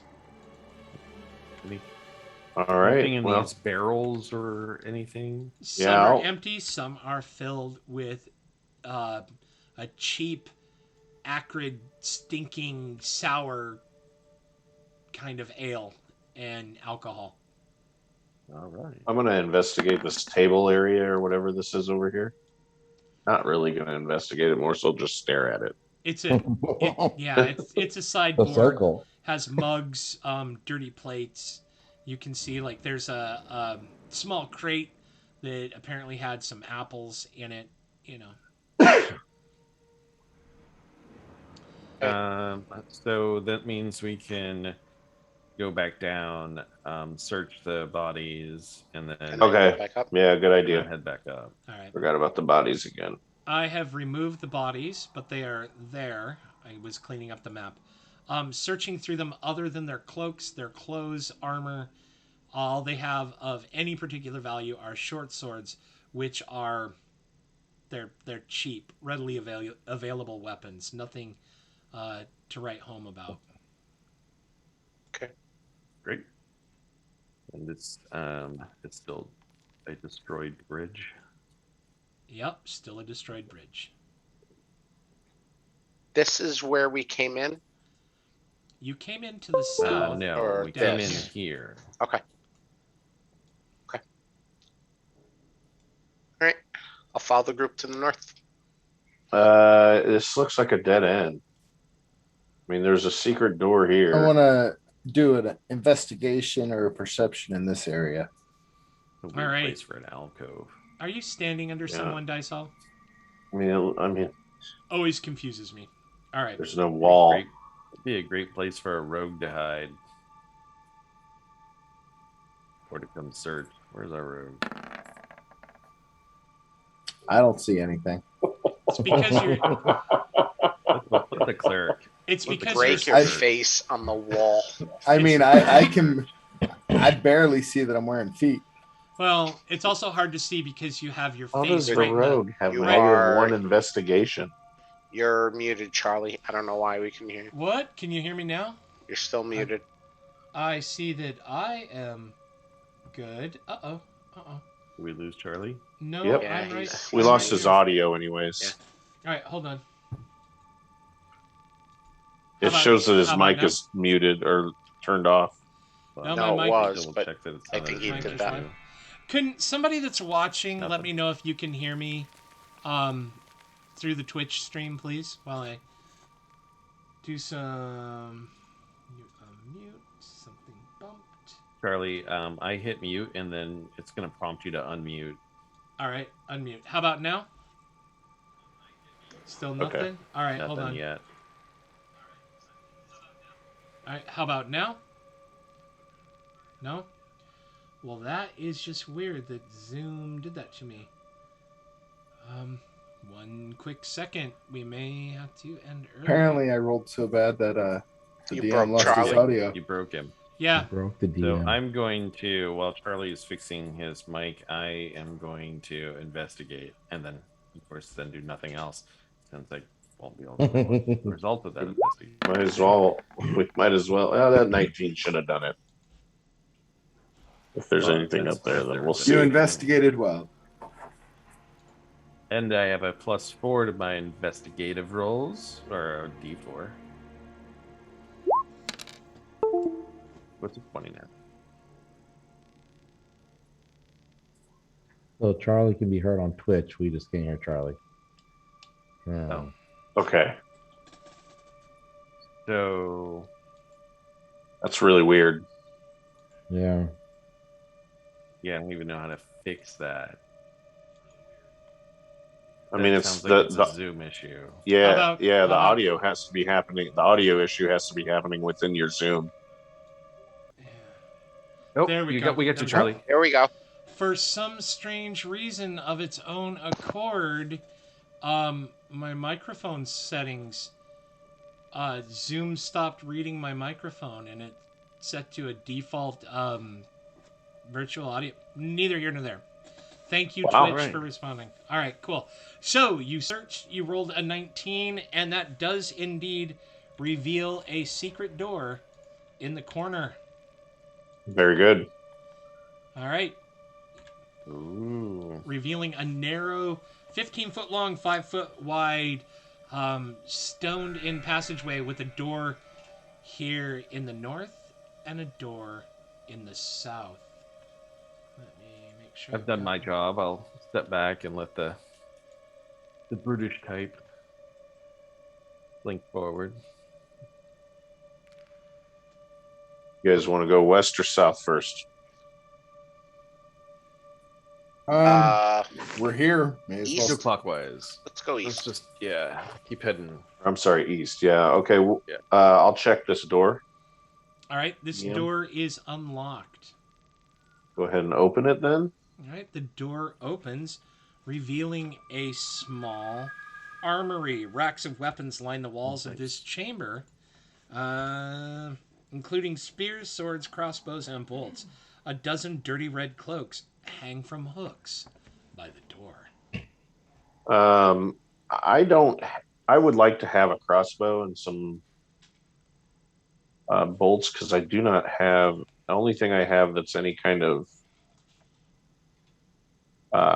ranged weapon is a javelin. So I don't even know. Is a javelin much of a? I can throw a javelin, right? Mm-hmm. So if you don't mind, I will give myself one of those crossbows. Any particular kind of crossbow? A hand crossbow, or is it a large crossbow? Or Light crossbows. Oh. No, light crossbows. Sorry, I was reading. no problem. I will hum so we don't worry about me dropping again.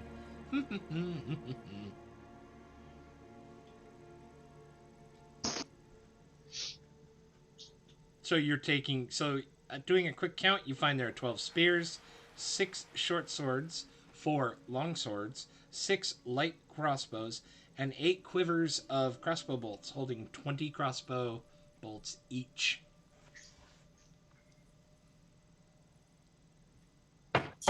Should we take this and sell it, or We can't just leave it here for them. For that, we just need to fireball the room and just get rid of it all. sacrilege? Fireball's already burning a hole in your pocket. Isn't it? I mean, it's like, Great. Did you try and cast a fireball in the armory? look, Charlie's Just to burn plotting it how, down. Charlie's plotting how he can take it from me. I've got to use it quick.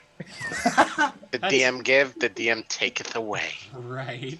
What do you mean I got wet and the ink ran? Yeah. Thanks, Finn. Finn put out there in Twitch land, this could be a new way to play. Charlie talks to the Twitch group, and then the Twitch group lets the players know what is going on. Yeah, that would... Yeah. This week on TPK Central...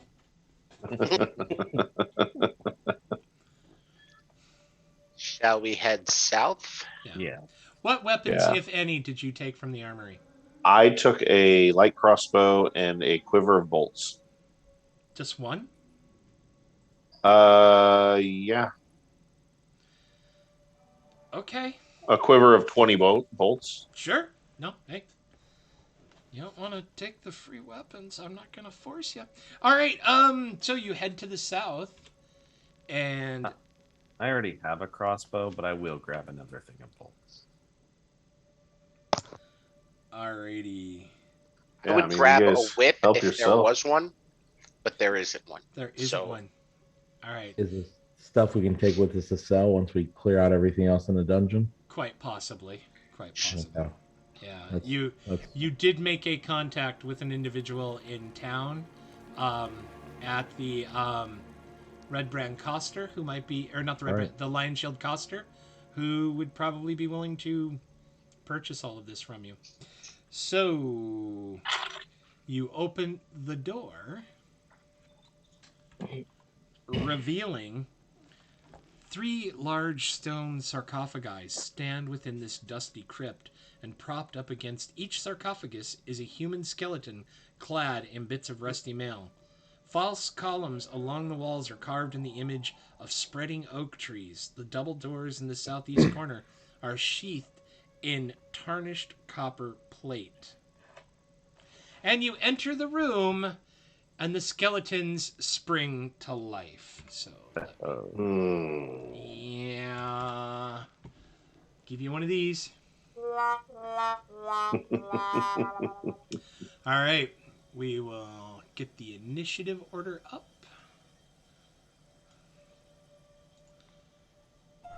We will make this sound a lot better. And I rolled a 1, a 2, and a 2 in the last initiative rolls. Charlie, what's with the 4 on the floor? It's just picking up.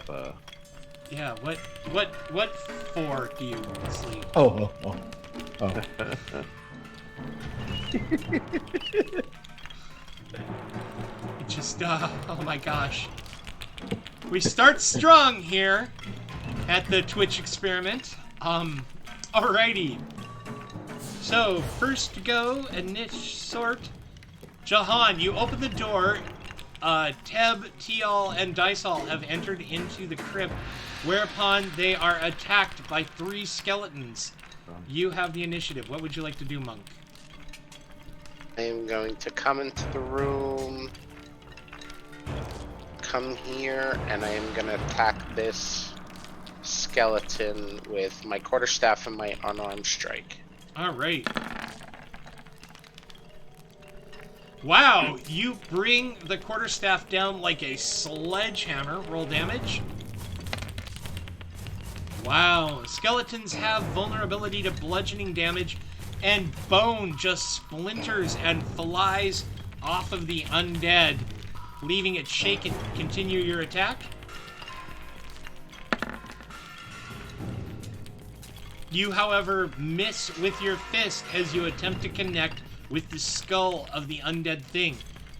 Do you have anything else you'd like to do, Monk? That is my turn. Thank you. All right, Dysal. Okay. I will stab this one that he just smacked. All right.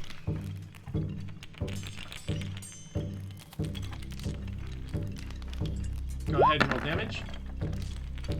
All right, damage first. Woo! You swing out with your short sword and connect with the skeleton. Go ahead and roll damage.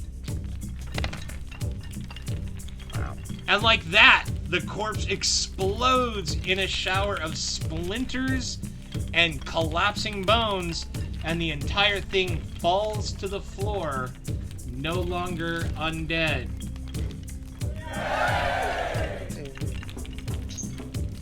All right, do you have anything else you'd like to do, Rogue? I'm gonna disengage. All right. Which will remove this thingy from me, wherever it went. I'll remove that in a second, and I'm gonna step out.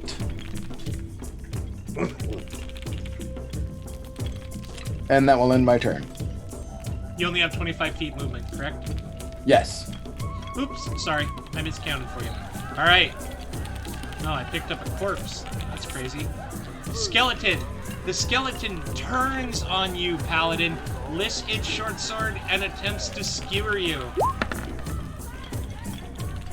However, you block it easily with your shield. This skeleton is no longer. This skeleton pulls a decayed, rotten short bow, knocks it with a vile-looking arrow, takes aim at the monk, and lets fly. The arrow sails past you and shatters on the dark stone behind you. Tib. Eb is going to cast Guiding Bolt on this guy over here. On this one here? The other one. The other one. Perfect. Fire away. Okay.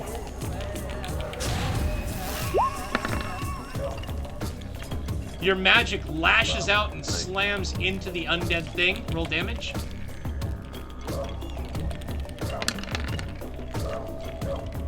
Very nice. The entire chest cavity collapses and one of the arms falls free from the torso. The thing grabs for its short sword. Anything else you would like to do? That is all. All right. Paladin.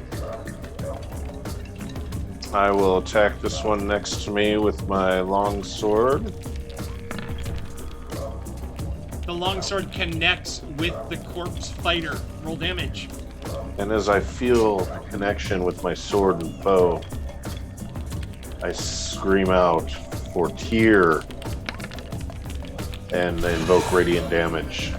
Tyr responds. Your longsword comes down, gleaming with radiant energy, cleaving the entire body asunder, and like its partner moments before, it explodes in a shower of bone chips and dust. Anything else, Paladin? No, sir. All right. Finn.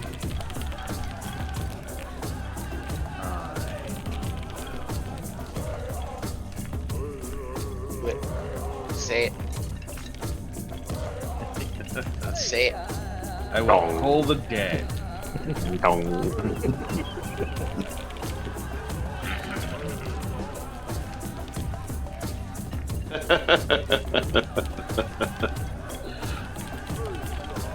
Finn steps forward, lifts his hands out, says the words of power. The sound echoes through the small mausoleum. Bong, bong, bong. Roll damage. Was he injured previously? Yes. Oh. The 10 damage. As the waves of thunderous sound wash over the corpse, he shatters and disappears in a fine cloud of bone dust. This battle is over. Nice. Huzzah! Yay. Yeah, you always want some more, don't you? All right, there you go. All right, and I really dig that battle music. We're playing it again. Alrighty. 50 XP apiece for defeating the skeletons. Yay. Very nice. Alrighty. Double doors sheathed in copper to the south. A iron-bound wooden door to the north. Should we check the sarcophagi? Yeah, why not? That's not something that Teal would be very cool with. I'll do it. I'll do it. Screw you, blue lizard. Wow. Despoiling the dead, one of the many services we offer. Alright,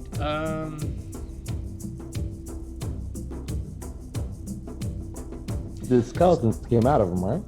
they were standing next to him, just kind of like Okay. waiting. Searching through the sarcophagi, you find that there are bones as though multiple bodies have been buried there. And you do find on one finger in each of the sarcophagi. Amid the bones in each sarcophagus is a platinum signet ring. So that sounds like 3 platinum signet rings to me, doesn't it?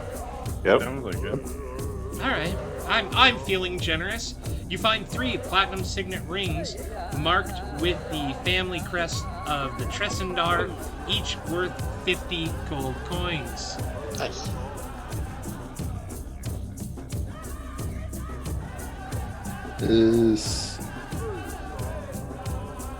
Who's anybody taking note of that, or you want me to? Yeah, I got it. Okay. Should we go clockwise again? Go north door first? Yeah, I say why not? Why? We can't, break with like, tradition? We move the sarcophagi. Is there anything that we notice that might show that there's like a passageway underneath them, or something behind them, or like marks on the ground? Or Roll an investigation check scuffing? for me, please.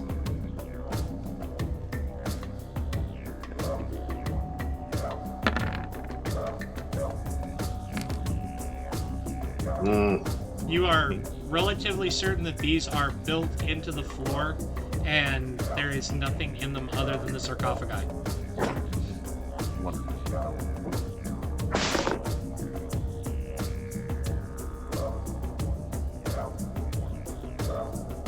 How do you wish to proceed? I'm gonna open up, or I'm gonna check this door to see if it's locked first. All right, the door is not locked. You guys ready to go in here? Yes. All right, I will open the door. Charlie, I'm attempting stealth. Sounds good. Go ahead and roll the stealth. Thank you. Go ahead and mark yourself as stealth. There we go. Just suddenly realized something about the overlay. Right there. The door is unlocked. Dysol, you drop into what you feel is probably a good approximation of being hidden. Thank you. You're welcome. It wasn't on my screen. I had to slide over. Oh. Okay. I found it now. Nice. All right. What are we doing? I am going to enter the door. Oh, there we go. All right, opening the door.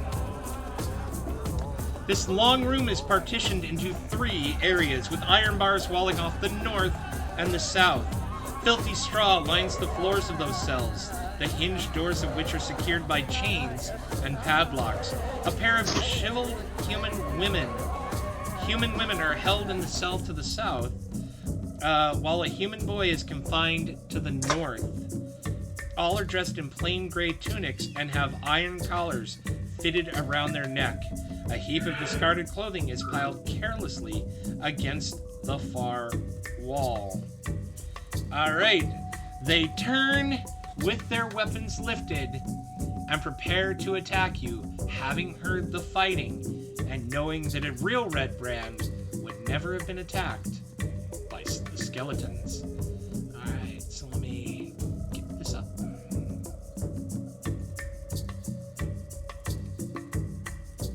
All right. Another 2. Man. What the hell is going on? All right, Monk. I'm gonna proceed into the room here, and I am going to hit with my quarterstaff and take a flurry of blows at the one to my east. All right, roll attack. Your quarterstaff sings out and just collides with the Red Brand to the north. He lets out a grunt of pain, the wind knocked out of him. He bends over right into your oncoming fist. Roll damage, or roll an attack. Your fist catches him in a devastating uppercut. Roll damage.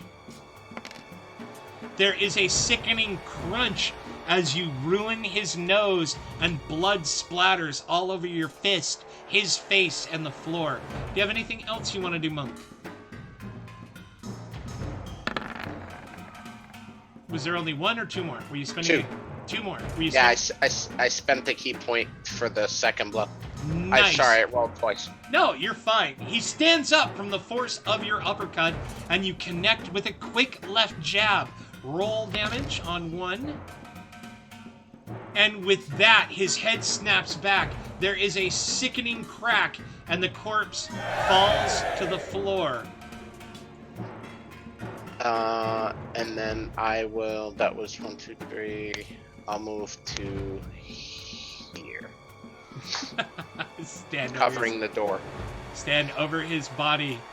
All right, the red brand there looks around, horrified as what has just happened. He screams, "You killed Steve!" He runs forward with his... Oh, is that on our... No, it's not. All right. He runs forward, his short sword lifted on high, and he takes 2 swings at you, Monk. Both land cutting into your skin, slicing you open for 9 points of piercing damage. Blood begins to flow, sopping into your already blood-stained clothing. Finn. Yeah, I'm gonna cast a guiding bolt.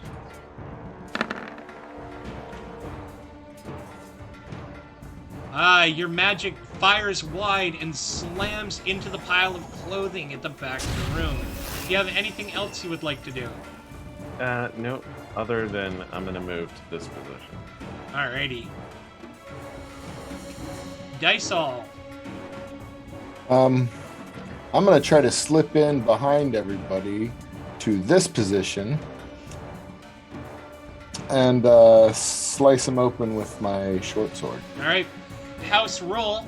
Since you have your opponent flanked and he has no allies flanking you, you have advantage on the attack. Wonderful.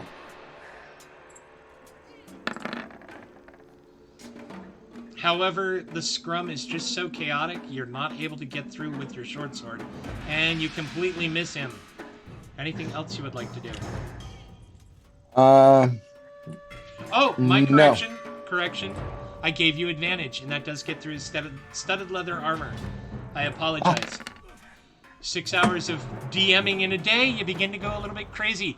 You lash out and cut him across the thighs, nicking maybe an artery, and blood flows copiously down his legs. He lets out a scream. And that would also remove my sneak. Alrighty. Okay. I turned it off, you turned it on, I turned it on, you turned it off. Alright, anything else? That is all. Alright, Teb.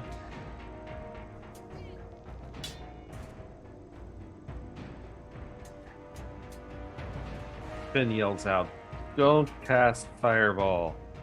Can I get around Keo here? Yeah, you can squeeze through an ally's space. You just can't end in an ally's space during combat. Gotcha. Okay. And I'm going to... This guy's already taking damage, so I'm going to use a firebolt. Alrighty, you lift your finger and you say, "Inflamme!" The magic leaps from your fingers.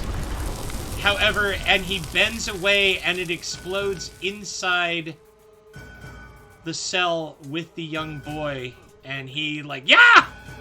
Hey, stop it, mister! That's not cool! Do you have anything else you want to do, sorcerer? No, I've done enough damage to the kid. Alright. Alright, Paladin, can you put the red brand down and end this folly? I am going to do my best. With a vicious chop, you lash out with the longsword. And like that, you remove the villain's head from his shoulders. Yay. And the corpse spills to the floor. Alright. Is that your first hit tonight? No. Close. Maybe He's my hit some second. stuff. He's hit some stuff. 100 XP, 200. That is 40 XP each for killing the red brands. All right. To the south, the woman and the teenage girl. She looks about 18. And to the north, oh, they got it confused in there. Huh. All right, to the north is the older woman. To the south are the teenage boy and the girl? Wow. Wow, okay, this is supposed to be the 13-year-old son. No, I guess. Is he wearing a... I don't Huh? judge. Maybe he He's was wearing a bonnet. disguised. Who knows? Not our place to judge. No. What is Red Brain's doing to these kids? Whatever melts your butter, buddy. All right. From inside their cages, they stand up and they look at you. They look at the cloaks. They look at the bodies and the blood on the floor. And the woman steps forward and says, "Who are you? Who sent you? You're not Red Brands."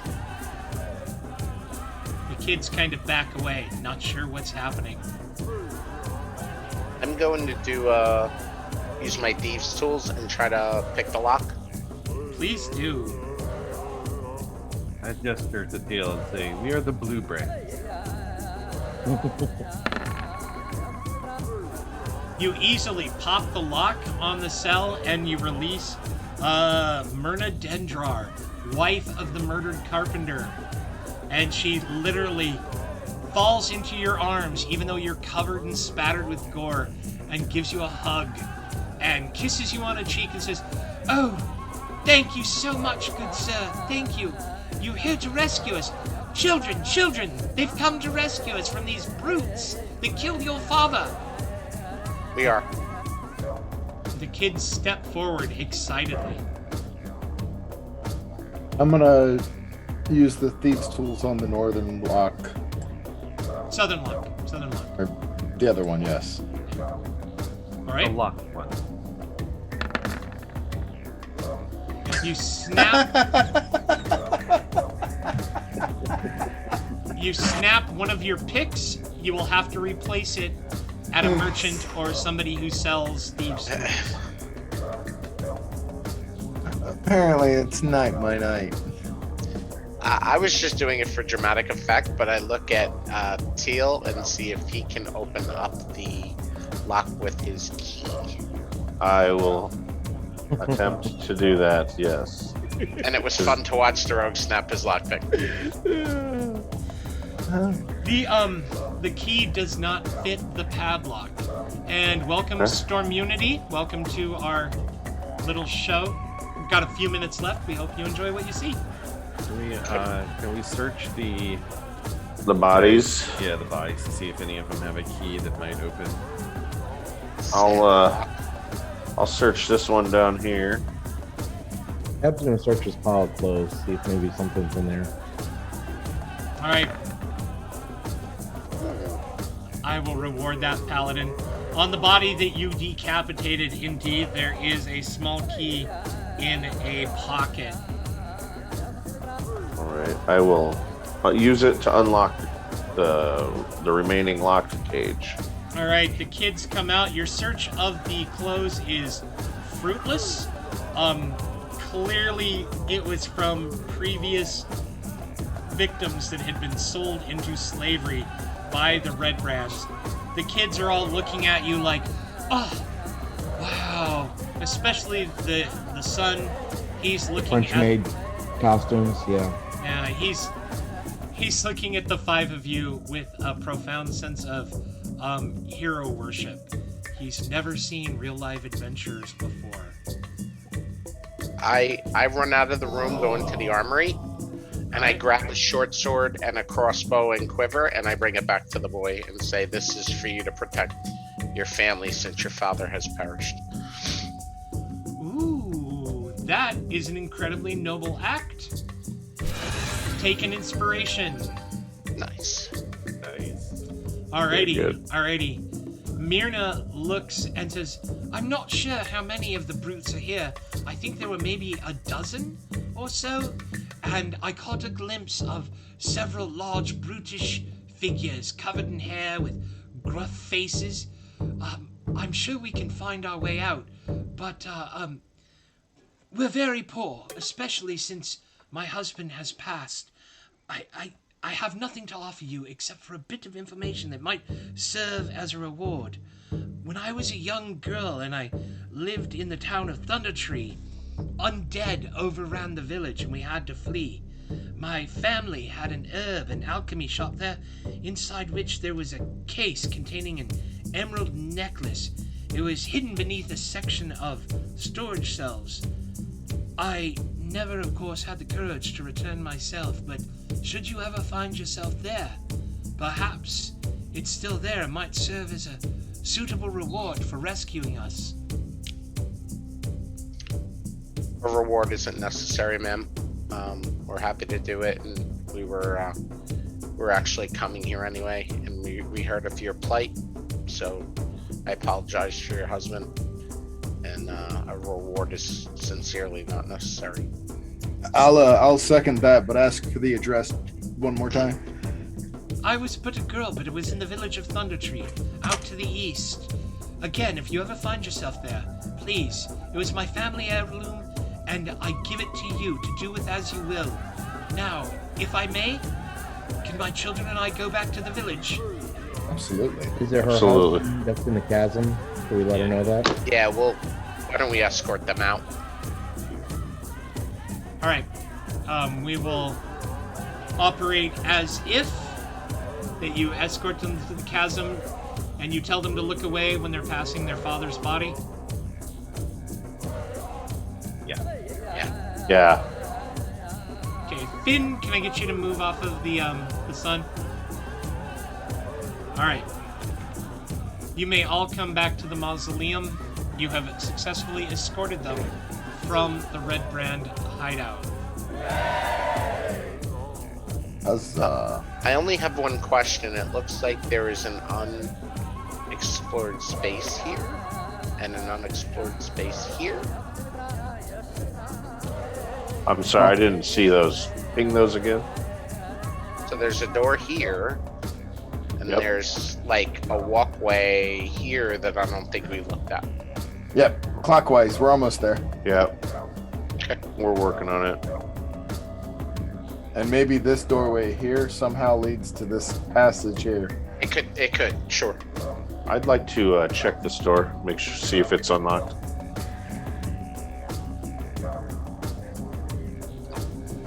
I am checking the door.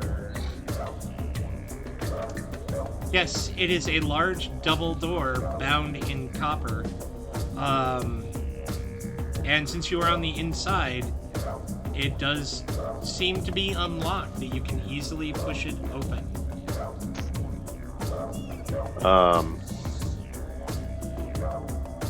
Okay. Alright. You open the door, revealing a large 10-foot wide hallway that extends to the east. On the southeastern side, it looks as though there's a small hallway out. Shall we go? Yep. Yes.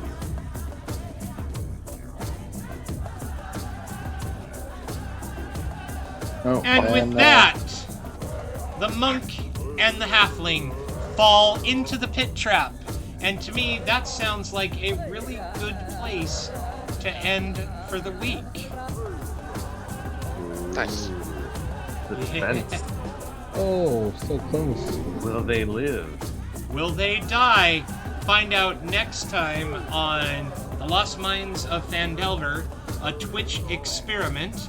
I'm going to move us off screen and we will chat for a bit, see if there's anybody out there in Twitch land that has any questions or anything like that. And so, yes, and I did want to state that due to family circumstances, next week will be a rebroadcast of this episode if I can get it loaded up and figure out Twitch properly. After all, it's an experiment, and I don't really know what I'm doing. So, how do you guys feel about the game tonight? I'm enjoying it. I loved quite a bit. I loved it. Very cool. Any questions, comments, concerns, or anything of those nature? No, we are still streaming, right? Yes, we are. Yeah, we're still live. Yeah. Yep. And So- at one point, I closed out the chat, and so I don't know if we stopped getting any chat or if I just stopped seeing chat. So I think you stopped seeing. Well, I'm going to call out everybody who is still in chat. So I want to give a big thank you to everybody who's watching. We're doing it because it's fun, and we hope you guys are enjoying us. I know we sure think we're funny. But One Killer Kitten, Cabot Moo, Commander Root, thank you. I Can't Control It, thank you. Lightning Flicker, Not Yosefsa 7, Serbilium 7718. Oh, dice all. Stormunity, Streamer Discord Community, thank you all.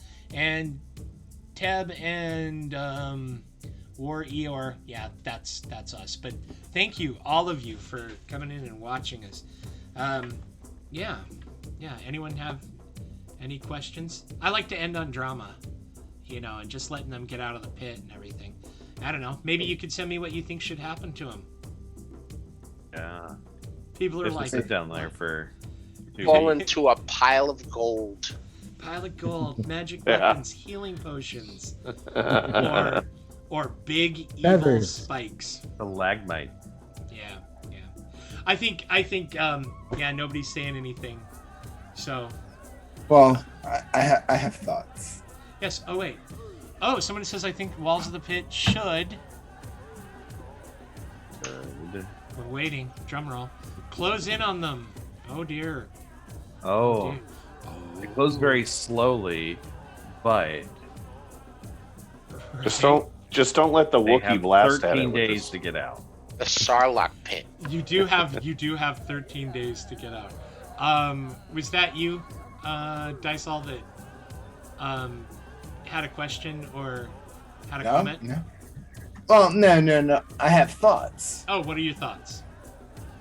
Well, I have an acrobatics I can try to do to save the fall, Indeed. quite possibly. Just thoughts. I have a quarterstaff that I can Finn's hang gonna, from like, step across up to the the pit. edge. Well, you'll probably get a dex save before you fall in, but we'll have to see. We will definitely have to see.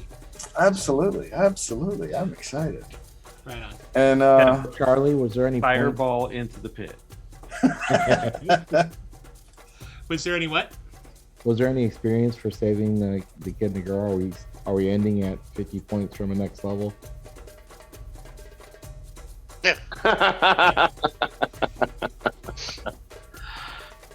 Dang. Yeah. Did we get the experience for killing the 4 guards? You did. Oh yeah. That was the 80. Yeah. And the 2 guards. That was 40 each. Yeah. Yes, kitten. I believe it's cruel as well. Yeah. I am capricious. I am nothing if not capricious, cold, and calculating. I have a running tally of what day we got XP and where we got it from, and how much we got. So Wow. Nice. Very nice. Right on. All right. I Ask think that one later. this is probably not very interesting for people to watch, so I think that this is probably a good point for I know they're all like, do something interesting. All right. Yeah. So I will say good night, everyone. Say good night to our viewers. very well. Good night, Good guys. night. Good night, Thank you everybody. again. All right. Thank you. Look forward to seeing you all again in 2 weeks when the Lost Mines of Phandelver, a Twitch experiment, returns. Thank you. We appreciate it. Have a Night. great night.